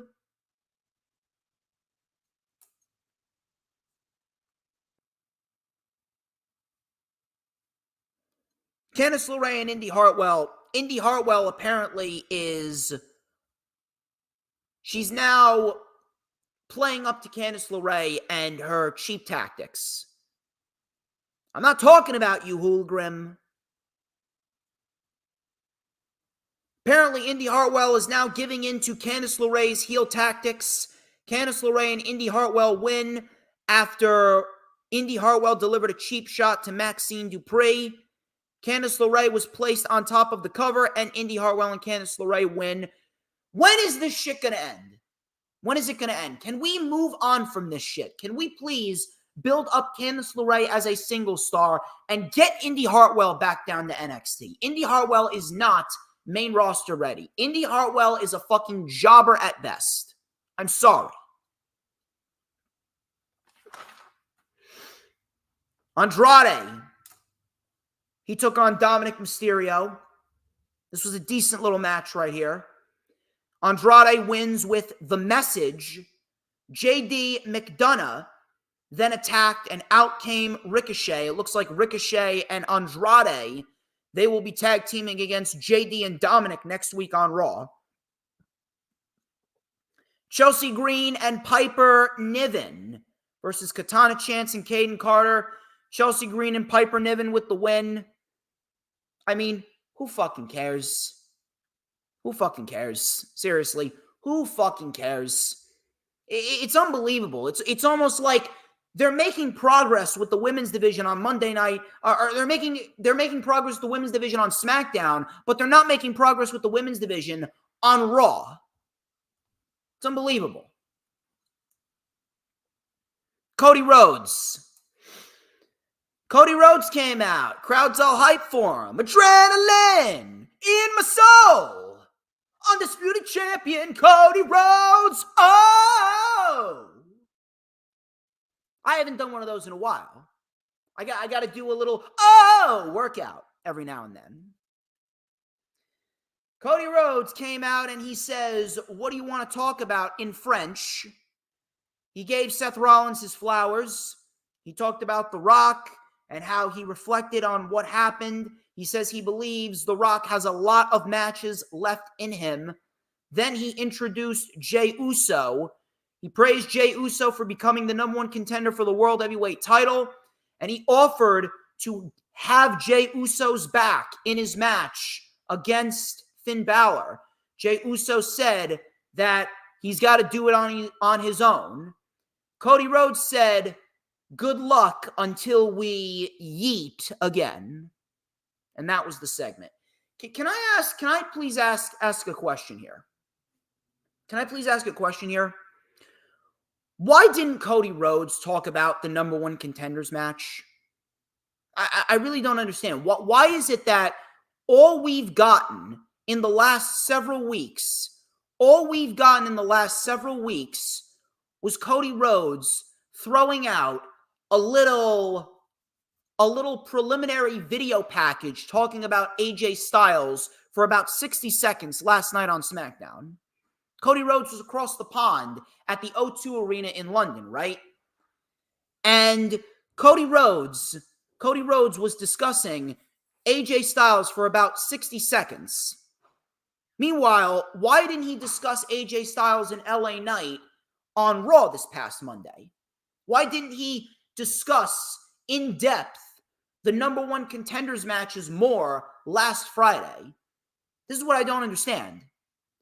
Cody Rhodes on Monday Night Raw last week, all he talked about was giving Seth Rollins his flowers. He talked about Jey Uso. He talked about The Rock. Listen, we all know The Rock's going to come back. We all know Seth Rollins deserves his flowers, but why hasn't he discussed the number one contendership that AJ Styles earned on SmackDown more?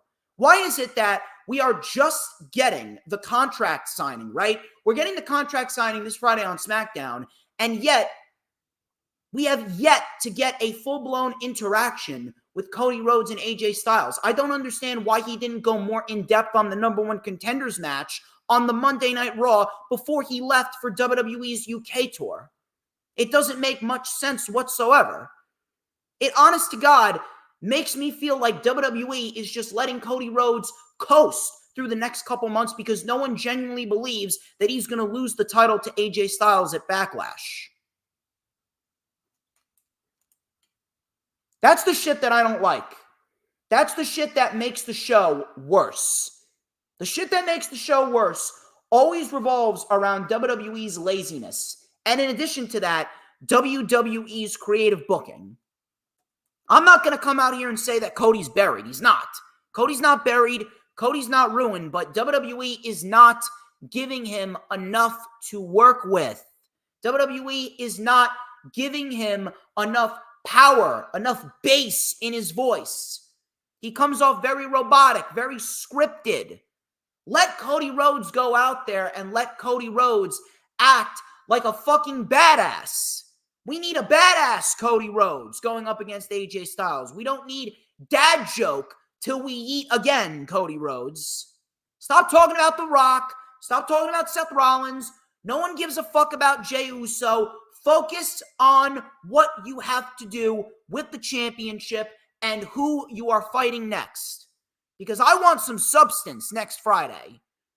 I want some substance next Friday when we get the contract signing with AJ Styles. Listen, it's WWE's fault for not building up AJ Styles enough to make the match feel more important. But at the end of the day, I want substance. Give me some substance. Do not, and I mean do not, give me the same typical white meat babyface Cody Rhodes. Give him somewhat of an edge.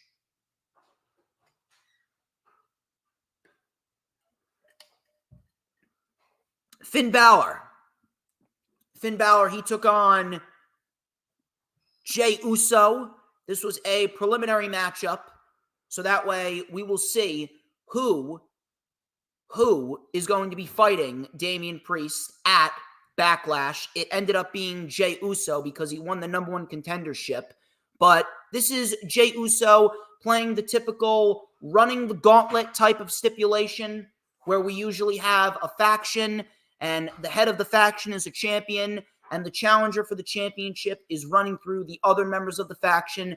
Finn Balor, in this case, was collateral damage for Mr. Yeetmaster Jey Uso. Match was fine. A decent match for what it was. Jey Uso ended up getting the win with a spear and an Uso splash. Afterwards, Priest came out. The Judgment Day attacked, but Jey got out of dodge. Now, I'm not sure how they are going to play into this, but it seems as though they're starting to create some tension with the Judgment Day and Damian Priest. Rhea Ripley's out injured, and it seems as though Damian Priest did not want the Judgment Day to attack Jey Uso afterwards.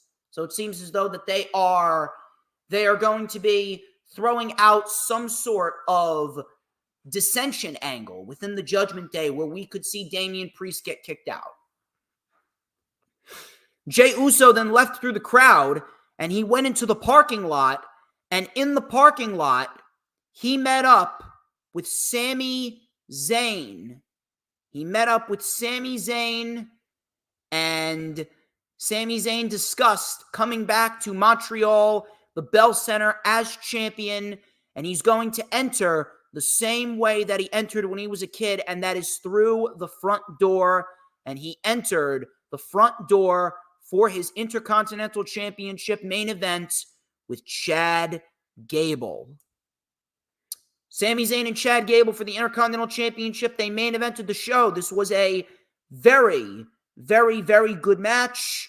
Not the classic that I was expecting, but I'm assuming that we're going to get a better match, probably at Backlash. Very good match right here. Sami Zayn had a nice hometown entrance through the crowd. And now we get Gable. Gable coming out. Obviously, he was the heel here. Chad Gable was on the receiving end of an Arabian moonsault. Sami sold the ankle. That was the story throughout the entire match, the ankle. Sami Zayn was targeted heavily. We were getting avalanche angle slams by Gable, German suplex barrages. We had another ankle lock by Chad Gable. Sami Zayn reversed it and German suplexed Gable right on his neck. Really, really, really good stuff. Really, really, really good stuff. Then we had Sami Zayn coming out with a powerbomb in midair. Powerbomb in midair by Sami Zayn when Chad Gable dove off the top rope. His knee gave out when he went for a sharpshooter. Chad Gable then with a German suplex into the buckle. Ankle lock again. Sami Zayn was able to roll out of it. Then we had Chad Gable getting caught with an exploder suplex into the corner, and Sami Zayn just had enough to deliver one haluva kick. 1, 2, 3, Sami Zayn retains. Sami Zayn was then given a nice show of sportsmanship by Chad Gable. Chad Gable then raised Sami's hand. Sami then went over to his wife. Sami Zayn, and this was fucking great. Sami Zayn was holding his wife. Chad Gable came out of nowhere, ripped Sami Zayn away from his wife and gave him a German suplex and then locked in an ankle lock into the buckle rod on Sami Zayn. And Chad Gable is officially a heel. And according to the reports, he could very well be paired in a heel faction with the Creed brothers. I mean, I'm certainly not going to complain one bit. about that. Heel Chad Gable with the Creed brothers, that's some good shit right there. And the heel turn, beautifully done. I always love it when someone gets beaten down right in front of their family. I don't know why. It's just the sick, twisted motherfucker in me that wants to see someone get beat down right in front of their family. It always makes me love. It always makes me love the villains of the story. Fucking loved it. But overall, Monday Night Raw, much better than previous months, and it was a very solid show.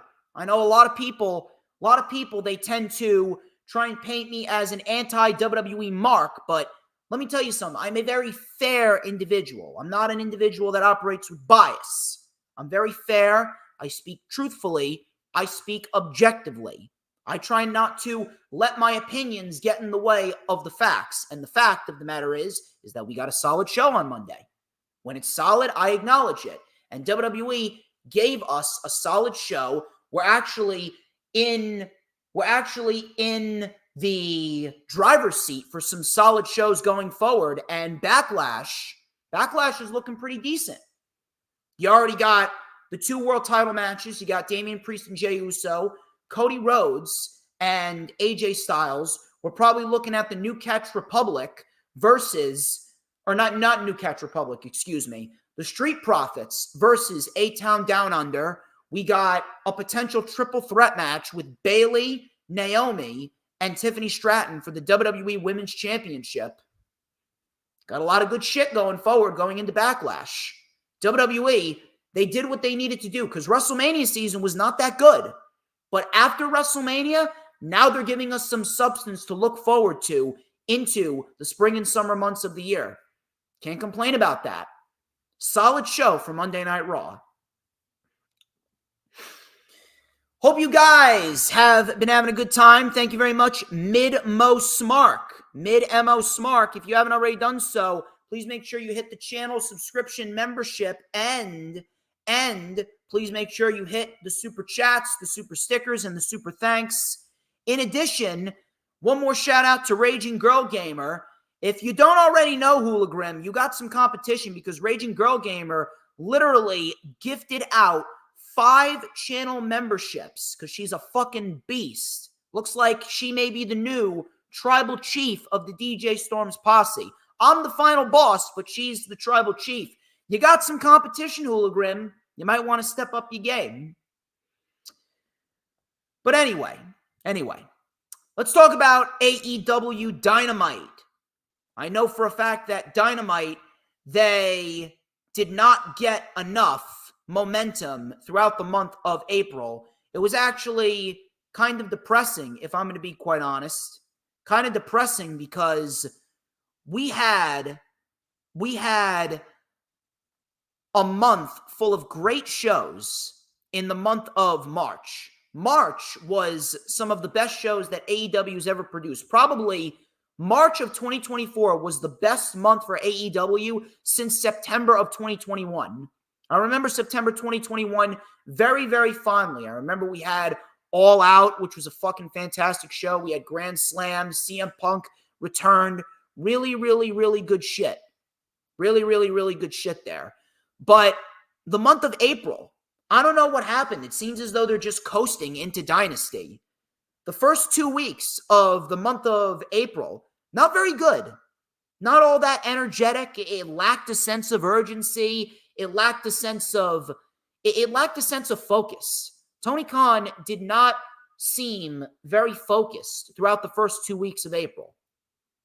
Now, I'm glad that he listened because we actually did get some substance. We actually got some substance on the go-home Dynamite for Dynasty, and we ended up getting a fairly decent show. We got some good wrestling. We got some good promos. We got some build.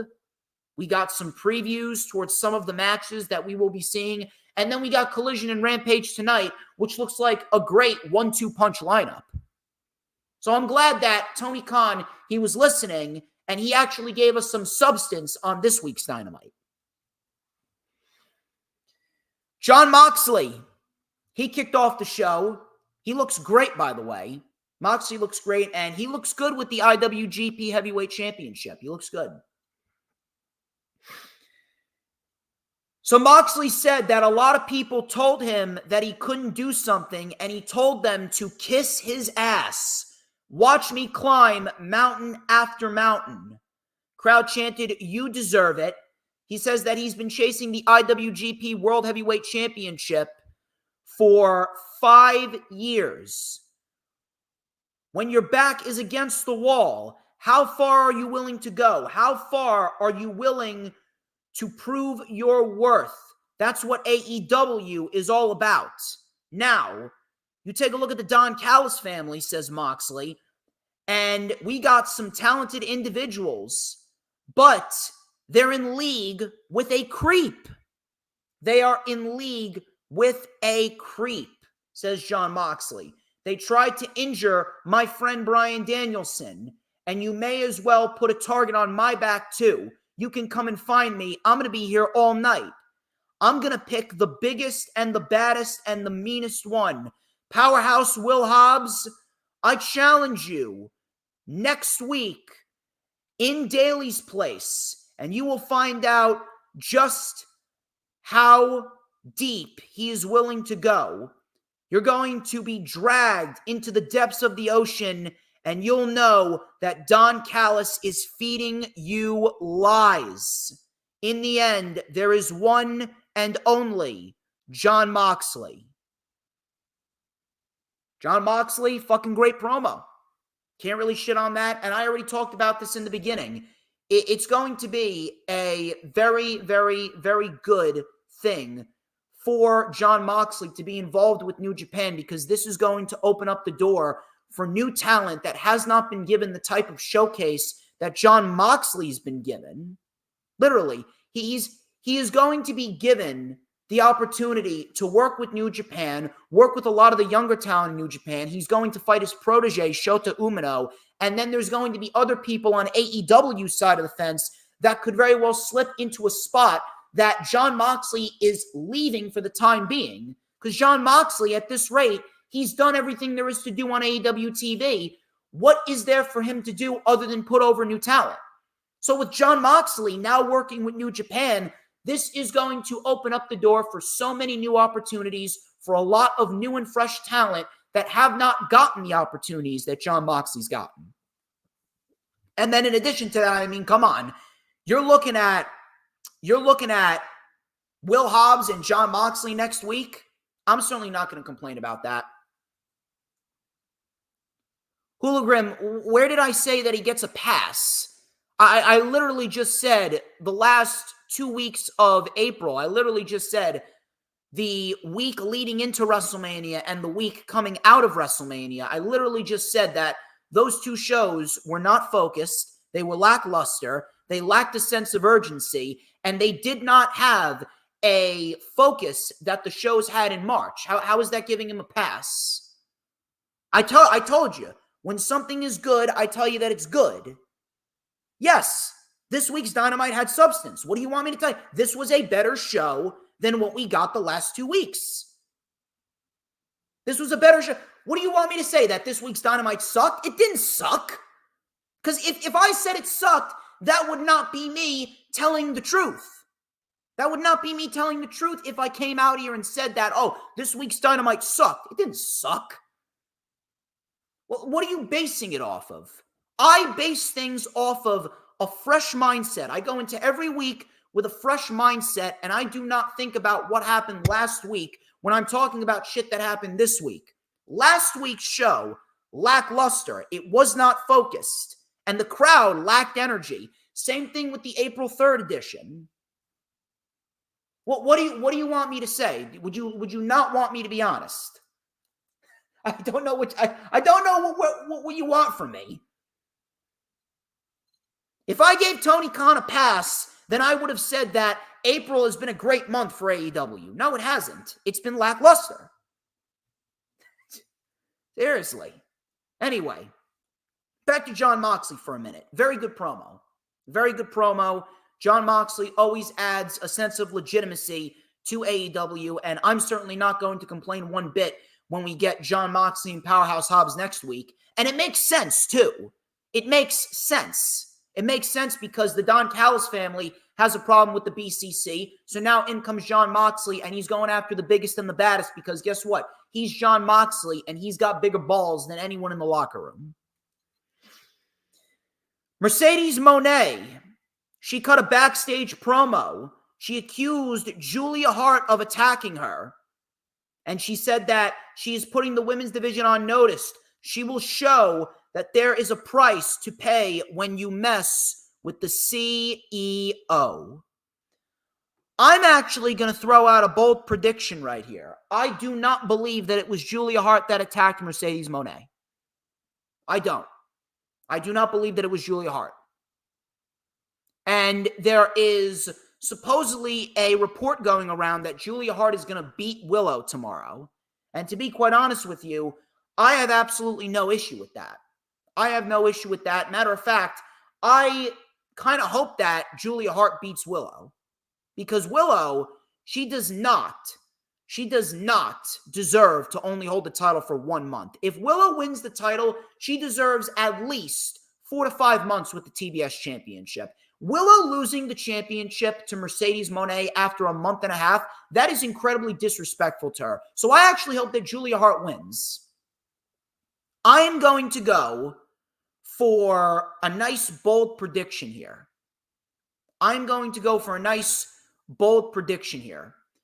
I'm saying that obviously we know Mercedes Moné is going to be challenging for the TBS championship at Double or Nothing, which is ridiculous, by the way. This I will offer no quarter for. Mercedes Moné should not be waiting a month before she challenges for the TBS championship and then automatically she gets a match and that's her first match with the company. That is fucking ridiculous. We need to remain true to the rankings. That's why if I was running a wrestling promotion, I would remain true to the rankings. I don't want to hear any bullshit that she's hurt. Mercedes Moné should not be getting a title match right out of the gate just because of who she is. That is not what AEW is about. But she's getting it anyway. And if she's getting it anyway, she's going to win. I initially thought that we were going to see Mercedes versus Toni Storm at All In. Now, we could still get that. And it could be a title for title match. And we could see Mercedes Moné walk out with both the TBS and the AEW Women's World Championship. Now, that would be a history-making moment. That would be a very, very big history-making moment, really.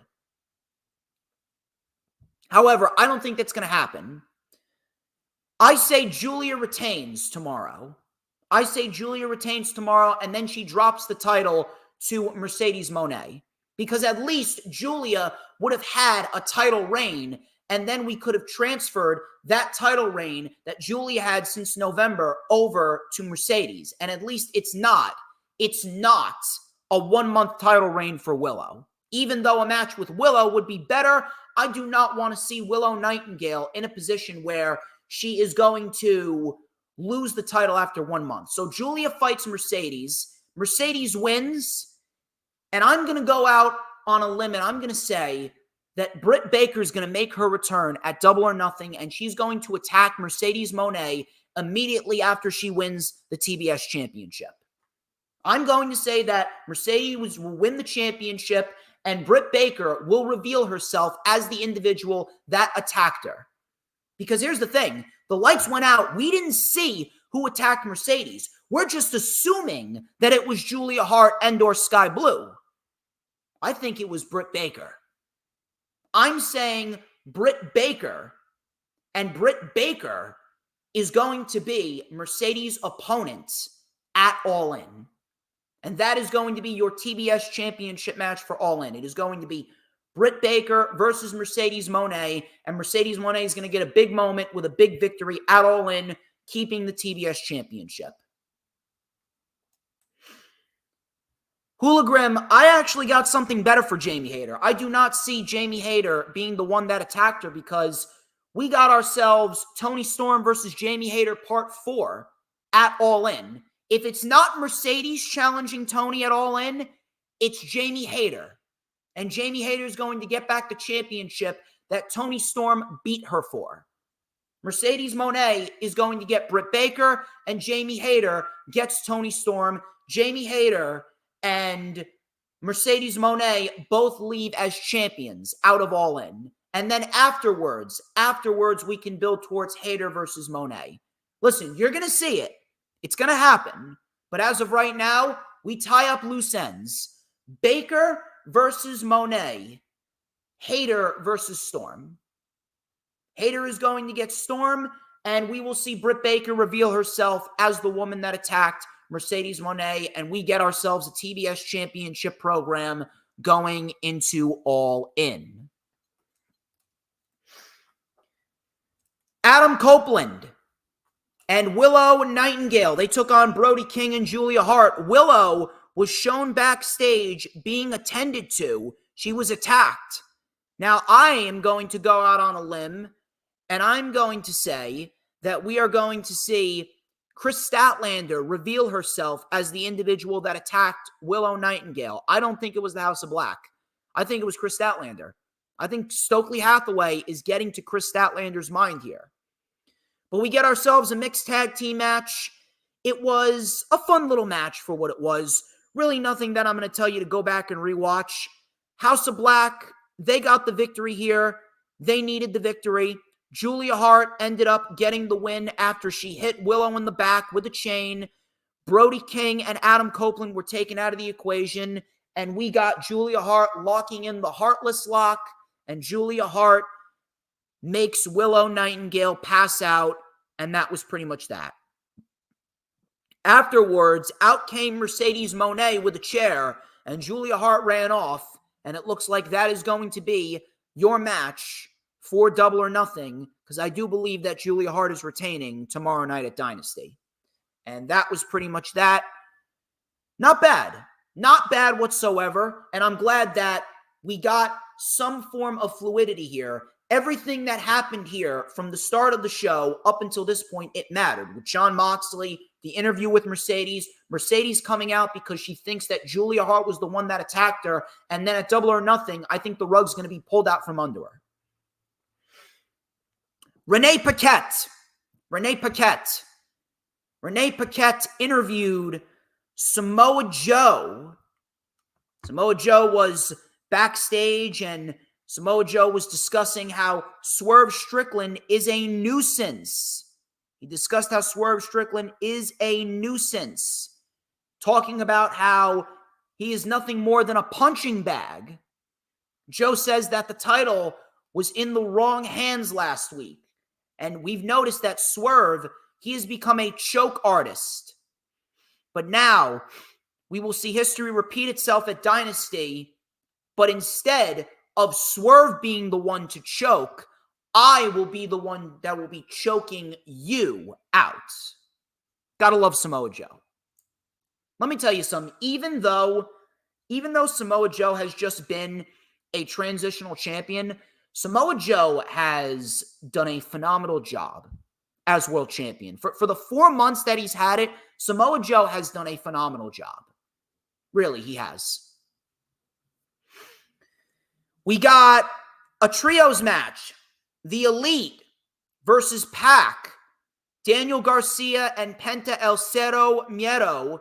And I do have to mention that they are keeping Daniel Garcia in a priority role on AEW television. They're keeping him on television. He's competing in matches. He's getting more over by the week. That's what I want to see. Keep Daniel Garcia on TV. So, we're coming back from commercial right here. We had Matthew Jackson had a microphone in the ring as he was talking down to Daniel Garcia. He was like, "Come on, kid, show me what you got." So Daniel Garcia, he held Matthew Jackson up in a Saito suplex, and Matthew's like, whoa, put me down, no, we're good. And then he puts him down. He listens to him, he puts him down. I don't know why. I found that way funnier than it really was. In came Pac, some snap German suplexes to Matthew and Nicholas. We had a double drop kick, moonsault to the floor. In came Okada. Okada and the Bucks with some triple team action on Pac. We had a neck breaker by Okada on Pac. Penta saved it. We had some sling blades. Matthew and Nicholas, they were taken out by Penta. Penta with Made in Japan on Okada. Nicholas saved it. We had a swinging neck breaker by Garcia. Cutter by Pac. Penta then tagged in. Crowd was chanting, "This is awesome." We had a tombstone by Okada on Garcia and one for Penta as well. Double super kicks. Rainmaker by Okada. And Okada wins it, leading up into the big matchup on Sunday with Pac. Afterwards, we had an EVP trigger to Garcia. They brought out a ladder, and they body slammed Garcia onto the ladder. Pac then ran off, and the Elite had to retreat because Pac brought out the bell hammer, which he's used in the past. Now, this was a very good match right here. Probably the best match on the show. What are we going to do going forward? Well, I don't see Pac losing. Pac should not be winning, excuse me. Okada should not be losing. Okada is not going to be losing to Pac. So by that logic, if we got Daniel Garcia mixing it up here with the Elite, then it only makes sense that we are going to see Daniel Garcia fight Okada for the Continental Crown at some point after AEW Dynasty is over, which I have absolutely zero issue with. That is a match that is definitely going to help Garcia. Matter of fact, I would not mind if we see that match at Double or Nothing. That would be a great match for Double or Nothing. Okada and Garcia. Book it. Oh, and by the way, the Young Bucks, they are absolutely winning the tag team titles. It just makes the most sense. Jack Perry is absolutely showing up. Jack Perry is absolutely going to cost FTR. It just makes the most sense. We could see the debut of the Motor City Machine Guns as well, for all we know. Taz, he organized a meeting. He organized a meeting with Chris Jericho and his son, Hook. Hook came out. He was in the corner. Jericho, he talked about how everyone that has entered the Jericho vortex has come out better. People like Jon Moxley and Will Ospreay and Konosuke Takeshita. Everyone has come out a better professional wrestler when they enter the Jericho vortex. So why don't you come on and sit under the learning tree of Chris Jericho? Chris Jericho, he was acting like a cocky fucking prick, and the crowd was just raining down heat on him. And I'm thinking to myself, okay, now we're starting to get where we need to be with Chris Jericho. And Hook said no. Jericho said, what do you mean? Hook said, I don't need your help. Taz tried to intervene. Jericho said, no, I'm doing what you should have been doing years ago, and I'm giving this kid some proper guidance. Jericho kept on telling Taz to just be quiet. Taz was not too happy. Jericho then said, Hook, I don't think that you're as good as you think you are. All of a sudden, Taz was shoved because Taz tried to intervene again, and Chris Jericho shoves Taz. He shoves Hook's father right in front of him. The crowd starts chanting, you fucked up. Jericho was grabbed by the collar, and Hook said, you crossed the line. I'll show you how good I am. Now get out of my ring.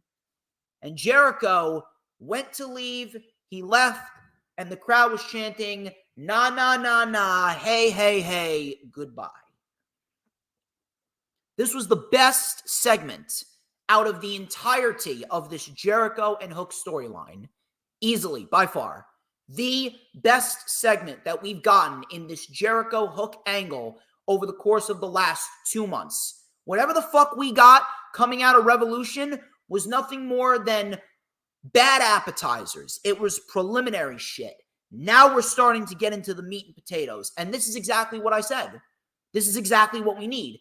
Jericho is just not a good babyface. Jericho is not a good babyface unless he's feuding with MJF. Jericho, when you look at Chris Jericho, you see a fucking prick. When you look at Jericho, you see a fucking douchebag. That's what we need. That is what we needed. Whatever the fuck we got before this, preliminary shit, it meant nothing.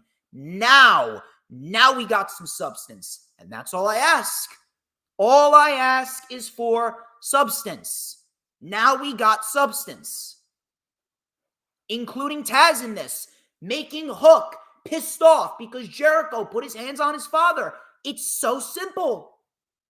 Now, I don't think they should have booked this for the pay-per-view. This should not have happened at Dynasty. This should have been booked for next week's Dynamite. If anything, this is the piss break match at Dynasty, and I don't like that. That's not fair to Jericho or Hook. Renee Paquette, she interviewed Swerve. Swerve discussed how he has stumbled a lot, but at the end of the day, he stumbled into success. And I have been shoved into a coffin, wrapped in barbed wire, but guess what? I'm still here. Samoa Joe, he can call me whatever he wants. But you will now call me the new AEW World Champion after this Sunday. So Swerve then got in the camera and he said that he's going to talk to Joe out there in the ring later tonight. So then we go into the women's match. We go into Mariah May versus Deonna Purrazzo. And I'm glad that we got ourselves a women's match that makes sense. Although, I wish that we would see a little bit less of Mariah May. Let me tell you something. I love Toni Storm and Mariah May, but we need to see a little bit more than just Mariah May and Deonna Purrazzo on AEW Dynamite. Nevertheless, this was a decent little match. It did what it needed to do. Gave a win to Deonna Purrazzo as it was needed. I'm not sure what's going to happen. I'm not sure what's going to happen on Sunday. I don't. Something tells me that Deonna Purrazzo is going to get involved in here some way, somehow. It looks like we could be headed down the barrel of a triple threat match at Double or Nothing, which I wouldn't mind. I don't mind that at all. You want to do a triple threat match at Double or Nothing? Yeah, go for it. Go for it. I got no issue with that. A triple threat match at Double or Nothing actually feels a lot better, if we're going to be quite honest with you. Triple threat match at Double or Nothing, much, much, much better. Matter of fact, that could very well end up being Toni Storm's best match throughout her entire title reign. So after the match, after Deonna reversed the pinfall and rolled up Mariah for the win, Storm attacked, out came Thunder Rosa, and Thunder Rosa took the lipstick that Toni Storm had and just smeared the lipstick all over Toni Storm's face. Kind of a way to get payback after what Toni Storm did to Thunder Rosa last week. I'm going to be quite honest with you. It didn't really have that same impact like I would have liked it. Matter of fact, you watched Thunder Rosa's promo from last week on Collision, and the promo that she cut last week on Collision was a hell of a lot better than what we got here. By the way, for Collision, I believe, if I'm not mistaken, AEW set an attendance record for Collision last Saturday. I believe, I can't remember which venue it was in Kentucky, but I remember reading about this on X. I believe the attendance record for a pro wrestling show in the venue that they were in Kentucky was 2,000. It was set by WWE back in 2011, and AEW recently broke that. The attendance record for the venue in Kentucky now sits at 2,511, owned by AEW. Now, again, I don't give a fuck about attendance records. It's fucking meaningless. Whoever buys a ticket to see the show, however many people are in attendance, it means fucking nothing. It means absolutely nothing. But, congratulations to AEW. They got an attendance record in Kentucky. The more you know. Bullet Club Gold were interviewed. They challenged the Acclaimed to a title for title match this Sunday at Dynasty. And the Acclaimed accepted. The match was made for the 0 hour, and I have zero issue with it being on the 0 hour because what have I talked about with AEW pay-per-views? AEW pay-per-views 9 times out of 10 are banger shows. But in the end, when it comes down to it all, they do not make the buy-in shows or the 0 hour pre-shows, they don't make them feel important. Now, we got a title versus title match on the pre-show. Now, the pre-show feels important. That's what I wanted. Now we got something. I hope that they continue to do that. Shane Taylor and Orange Cassidy. Pretty standard match right here. Orange Cassidy gets the win as expected. Afterwards, Shane Taylor Promotions, they attacked Orange Cassidy, and Orange Cassidy was being beaten down. Out came Matt Sydal and Christopher Daniels. Trent Beretta was keeping them from attacking Orange Cassidy or helping Orange Cassidy. Trent Beretta was preventing them from helping Orange Cassidy against Shane Taylor Promotions. He threw a chair. It bounced off of Matt Sydal's forehead, and Shane Taylor Promotions just left Orange Cassidy laying on the mat, and they laid the Shane Taylor Promotions flag on top of Orange Cassidy, and that was that. Now, I will say this. The heat that Trent is getting is great. The heat that Trent is getting is great, but I have a question that I need to ask here. Where is the explanation? Where's the explanation? Where is the explanation for Trent Beretta and why he attacked Orange Cassidy? Listen, I am loving the way that Trent is just acting like a cold-blooded motherfucker. I have no issue with that, but I can't help but feel as though we have gone way too long without an actual reason as to why Trent Beretta decided to attack Orange Cassidy in the first place. I don't understand. I don't get it. Why are you deliberately preventing Trent Beretta from explaining why he decided to knee Orange Cassidy right in the face and turn him inside out? It makes zero sense. I do not want this to turn into another Cody Rhodes, Brock Lesnar scenario. I don't. That shit is ridiculous. This should not be turning into another Cody Lesnar scenario. We need an explanation from Trent. We need an explanation from Trent, and we need an explanation from Trent immediately.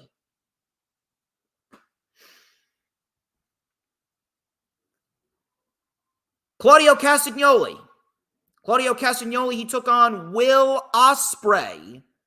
This was an excellent match.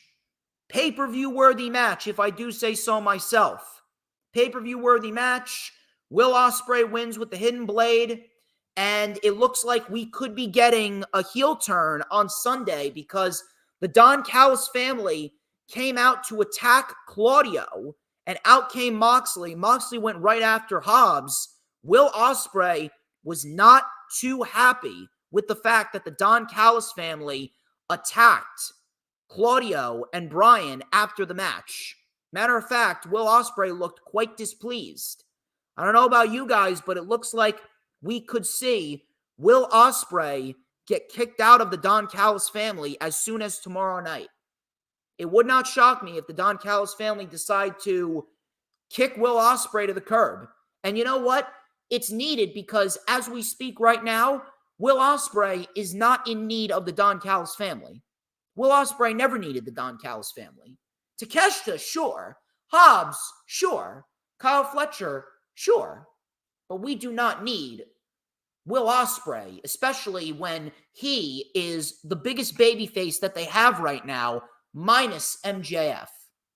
So I think that tomorrow night, after Will Ospreay beats Bryan Danielson, we could very well see the end of Will Ospreay in the Don Callis family.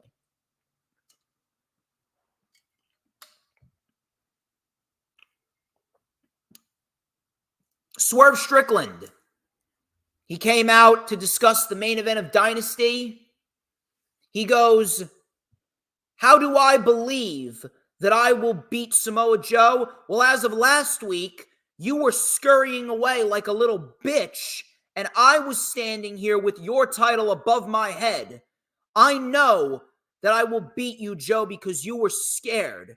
So why don't you bring your sweet tooth ass out here?" Out came Samoa Joe. There were a bunch of security holding him back. This shit was great right here. Swerve dove off the top with a swerve stomp that pretty much knocked down all the security guards like fucking bowling pins. It was almost like he was parting the Red Sea. And then we get a brawl with Joe and Swerve, which resulted in Samoa Joe inevitably dropping Swerve with the Muscle Buster, and Joe held the title above his head as we head into Dynasty tomorrow night. Much, much, much better than what we got in the last couple of weeks. Much, much better.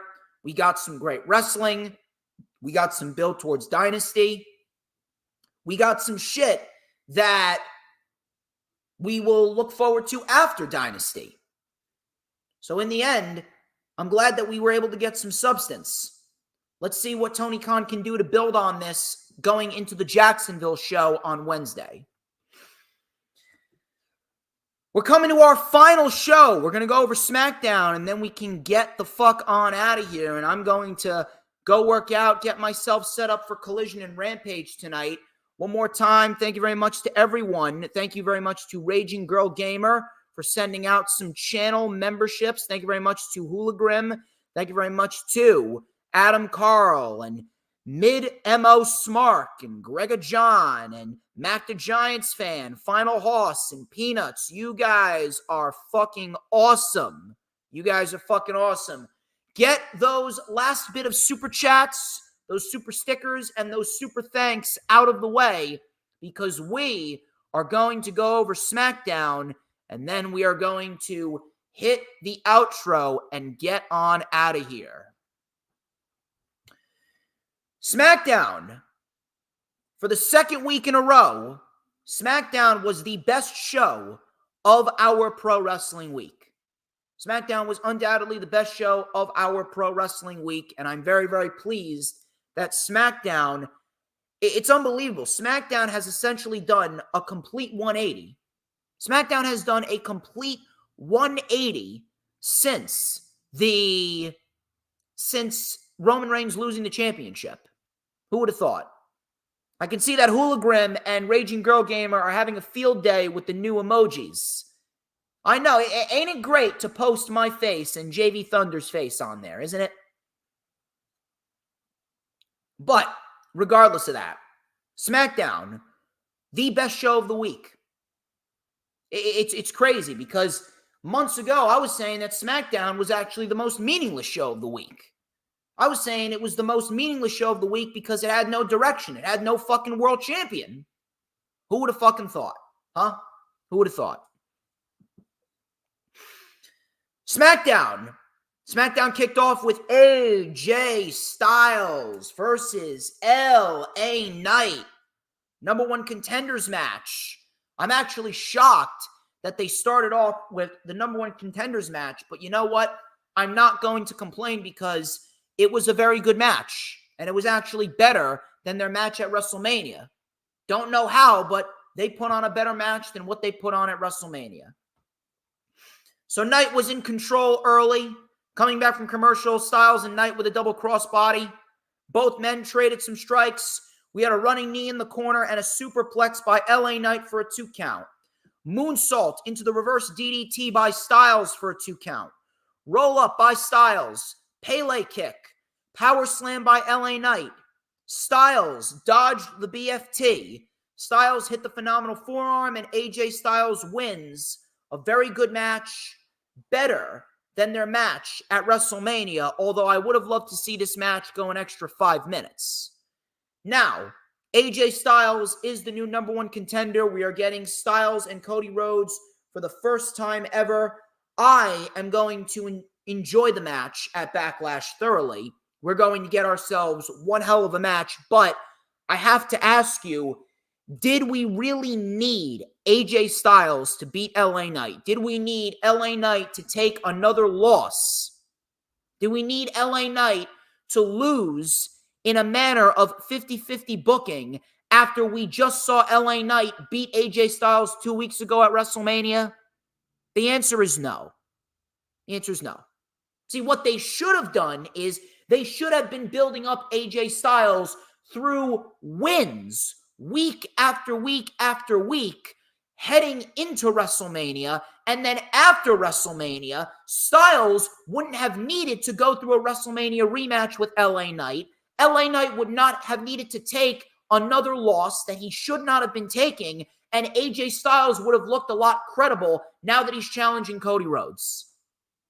It was a very good match, and I'm glad that we're getting Styles and Rhodes. But I'm telling you that it could have been done a hell of a lot better.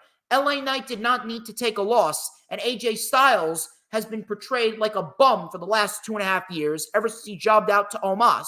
So how exactly are we supposed to take him seriously just because he won 2 matches this year? Seriously, these 2 matches, the 2 matches that AJ Styles won last week and this week, those are his only 2 victories that he's gotten in the last 4 to 5 months. How are we supposed to take him seriously against Cody Rhodes? Spoiler, we can't. Very good match, though. Solo Sikoa. He arrived at the arena with a new blazer and a chain. Heyman was a bit scared. Solo demanded that Heyman take him to Kevin Owens. This was some great shit. I fucking love the interactions with Paul Heyman and Solo Sikoa. These interactions with Solo Sikoa and Paul Heyman was better than anything that Roman Reigns did in the last year. Within 1 week, Roman Reigns being gone, Roman Reigns has been outshined by Solo Sikoa. It's unbelievable. Solo Sikoa feels more important now than he did throughout all of 2023. You can clip that if you want. Clip that if you want. Nick Aldis, he came out to discuss the new WWE Tag Team titles for SmackDown. Very, very, very good shit. Now, we got ourselves a typical Triple H rah-rah speech. The biggest and the most epic WrestleMania of all time. No, it was not. Hunter, please, listen. I respect you a lot, but stop, man. Stop. You know what I hate? You know what I really fucking hate?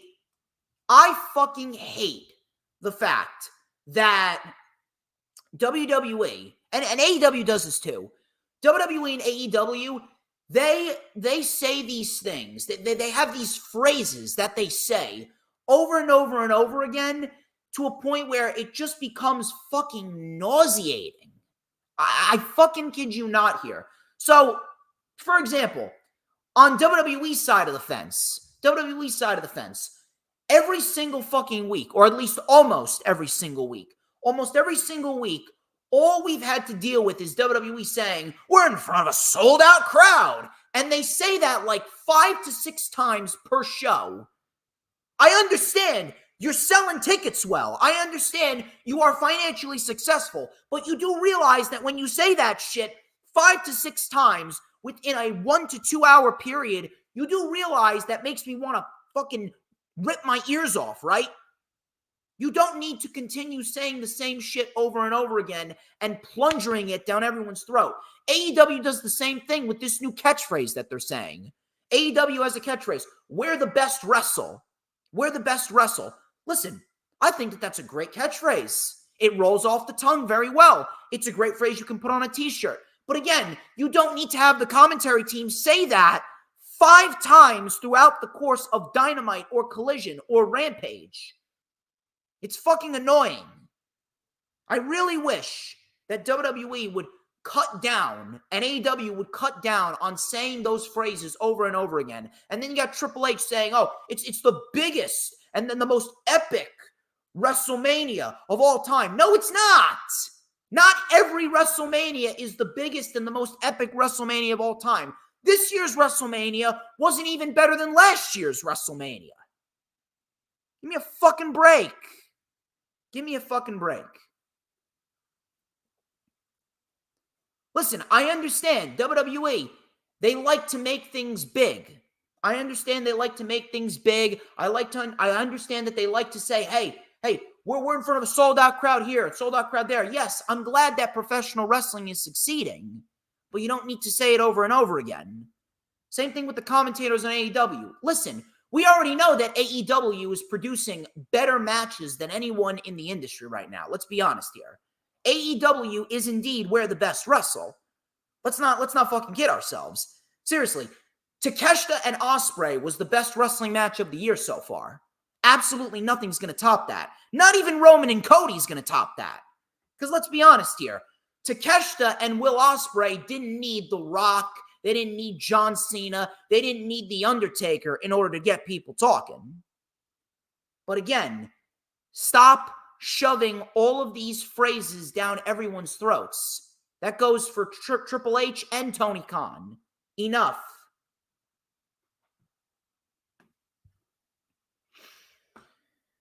Now then, the new WWE Tag Team titles, they look fucking gorgeous. They look fucking gorgeous. Reminds me of the classic WWE Tag Team titles. Now, those titles may be my favorite looking titles in WWE right now. Those titles may be my favorite looking titles in WWE right now. They are fucking beautiful. Beautiful. So we get ourselves New Catch Republic, Street Profits, Authors of Pain, and Legado del Fantasma.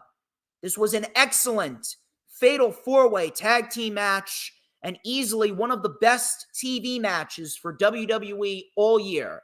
This was fucking awesome. This is what we need. This is what I've been talking about. And I love the fact that WWE, they've been listening. I've been asking, less talking, more wrestling. This match got 3 segments.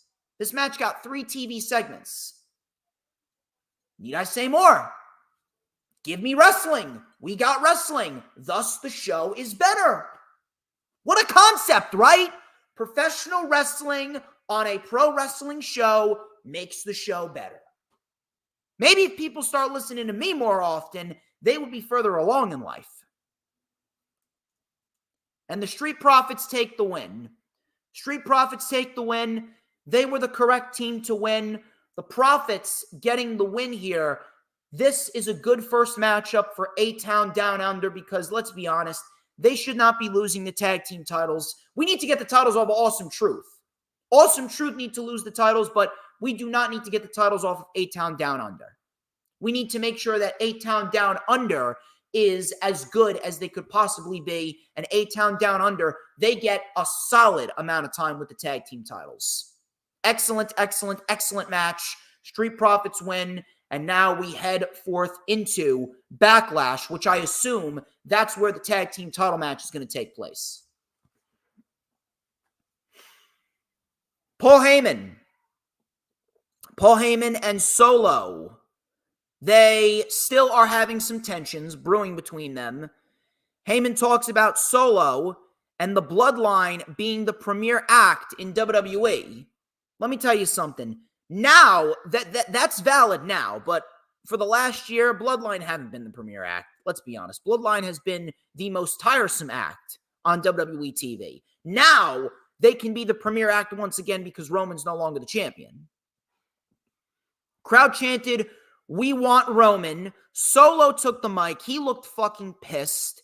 He said, "Last week, I had to lose a brother in order to gain a new one.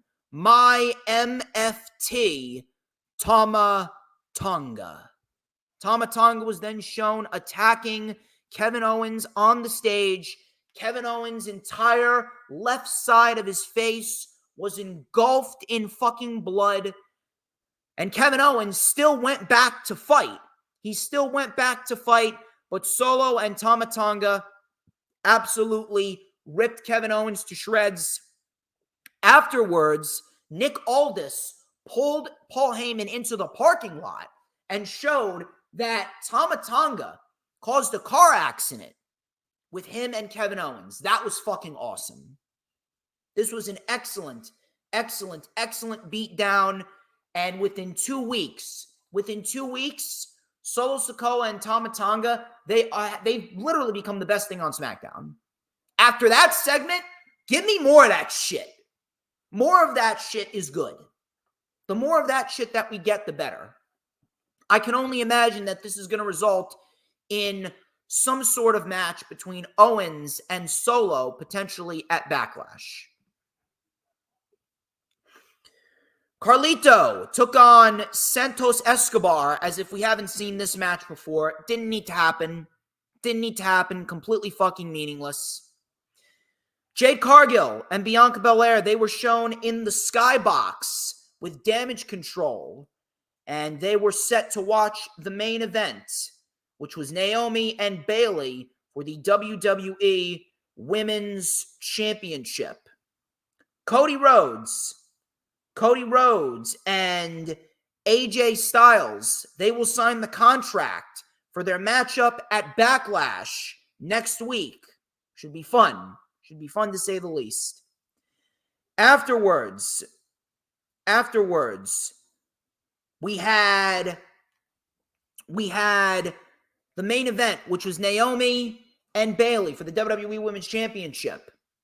And this was a very good match up until the end, where Tiffany Stratton got involved and caused a disqualification. Now, normally, I would be a little bit more angry. That we got this because, I mean, why the fuck are we going to get a championship match if it's going to end in a DQ? But I can't really sit here and be pissed off about it because in the end, it's going to end up leading to a triple threat match, potentially at Backlash, and a triple threat match with Tiffany, Bayley, and Naomi. I'm not really sure what you guys are thinking, but that makes the show a hell of a lot better. That would be a great showcase for Tiffany Stratton. And Tiffany Stratton, she's slowly been getting over big time with the international crowds. So that's only going to do her good. That's only going to do her good in the long term. But Bayley and Naomi, they were putting on a very good match. And for once in a long time, it honestly felt like the women's division was slowly starting to turn the corner in WWE. And it honestly felt like we were finally getting some spotlight on the women's division, not with Rhea, Becky, or Bayley. We were getting some spotlight with Naomi. We were getting some spotlight with Tiffany Stratton. And this will ultimately make the show better. And within 2 weeks in a row, SmackDown was your best show of the week. And I would be shocked. I legit would be shocked if Tiffany Stratton doesn't win Money in the Bank. Or if not Money in the Bank, Queen of the Ring, and she gets a title match at SummerSlam against whoever. Because Tiffany Stratton, she is fucking awesome. The only thing that we need to work on with Tiffany Stratton is her promo ability, because she is a fucking terrible promo. I understand that she's meant to be a fucking mean girl turned pro wrestler, but I mean, holy shit. Like, whenever I listen to her cut promos, it's like fucking nails scraping down a chalkboard. Tiffany Stratton really needs to learn how to cut better promos. Other than that, I mean, her wrestling ability is top-notch, and she may have the best moonsault in the business right next to Pac. That is all that I got for you, ladies and gentlemen. I greatly appreciate all of you taking the time out of your day to watch me talk about wrestling. Thank you very much to all the people who donated those super chats. Thank you very much to Raging Girl Gamer for stopping on by and buying some people some memberships. You are absolutely fucking awesome, and I greatly appreciate all of the support that I've been getting from every single one of you. We recently just gained another subscriber. Hooligram, let me tell you something. When it comes to a promo ability, if you sound like nails scraping on a chalkboard, that shit right there does not make your promo ability good. Listen, if we're supposed to hate her, fine, but there are other ways for her to be hated rather than having one of the worst promos in the entire fucking industry. Her promos, they do not sound decent. She sounds like she's reading off a fucking script. She sounds like she's reading off a script and deliberately changing the pace and the bass in her voice to make it sound more annoying. There's good type of heat and there's bad type of heat. We do not want Tiffany to have go away heat because she's a terrible fucking promo. But we recently just gained another subscriber, and we are going to end this stream with a solid 30 viewers. A solid 30 viewers watching tonight. Awesome, awesome, awesome, awesome shit. And we are going to end it there. Thank you very much to everyone who stopped by. Set your notifications for Monday, where me and Hooligram will be live with the Rewind for Dynasty. Set your notifications on the Wrestling with Savage channel on Wednesday. I will be on his channel for the Dynamite Watch Along, and be ready for Backlash. The Backlash week is approaching on May 2nd. I will be having a good friend of mine, Courtney McCarran, on the show, and we will be previewing and predicting Backlash. In addition to that, I got 80s Con on May 4th. I'll be doing a live stream from 80s Con. It's going to be fucking big. It's going to be fucking good. And then, to close everything out, I will be live on Sunday, May the 5th at 3 p.m. for the Rewind for Backlash 2024. It is going to be a fun couple of weeks, as per usual, as we get deeper and deeper into the summer months. Plenty of good shit coming your way.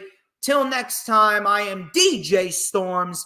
This has been the Lightning Flash Update. But before we get out of here, you already know the drill, people. There is a very important question that all must answer, and I think you already know what that question is. The question is, who runs the IWC? Let me take a nice drink from my ice water.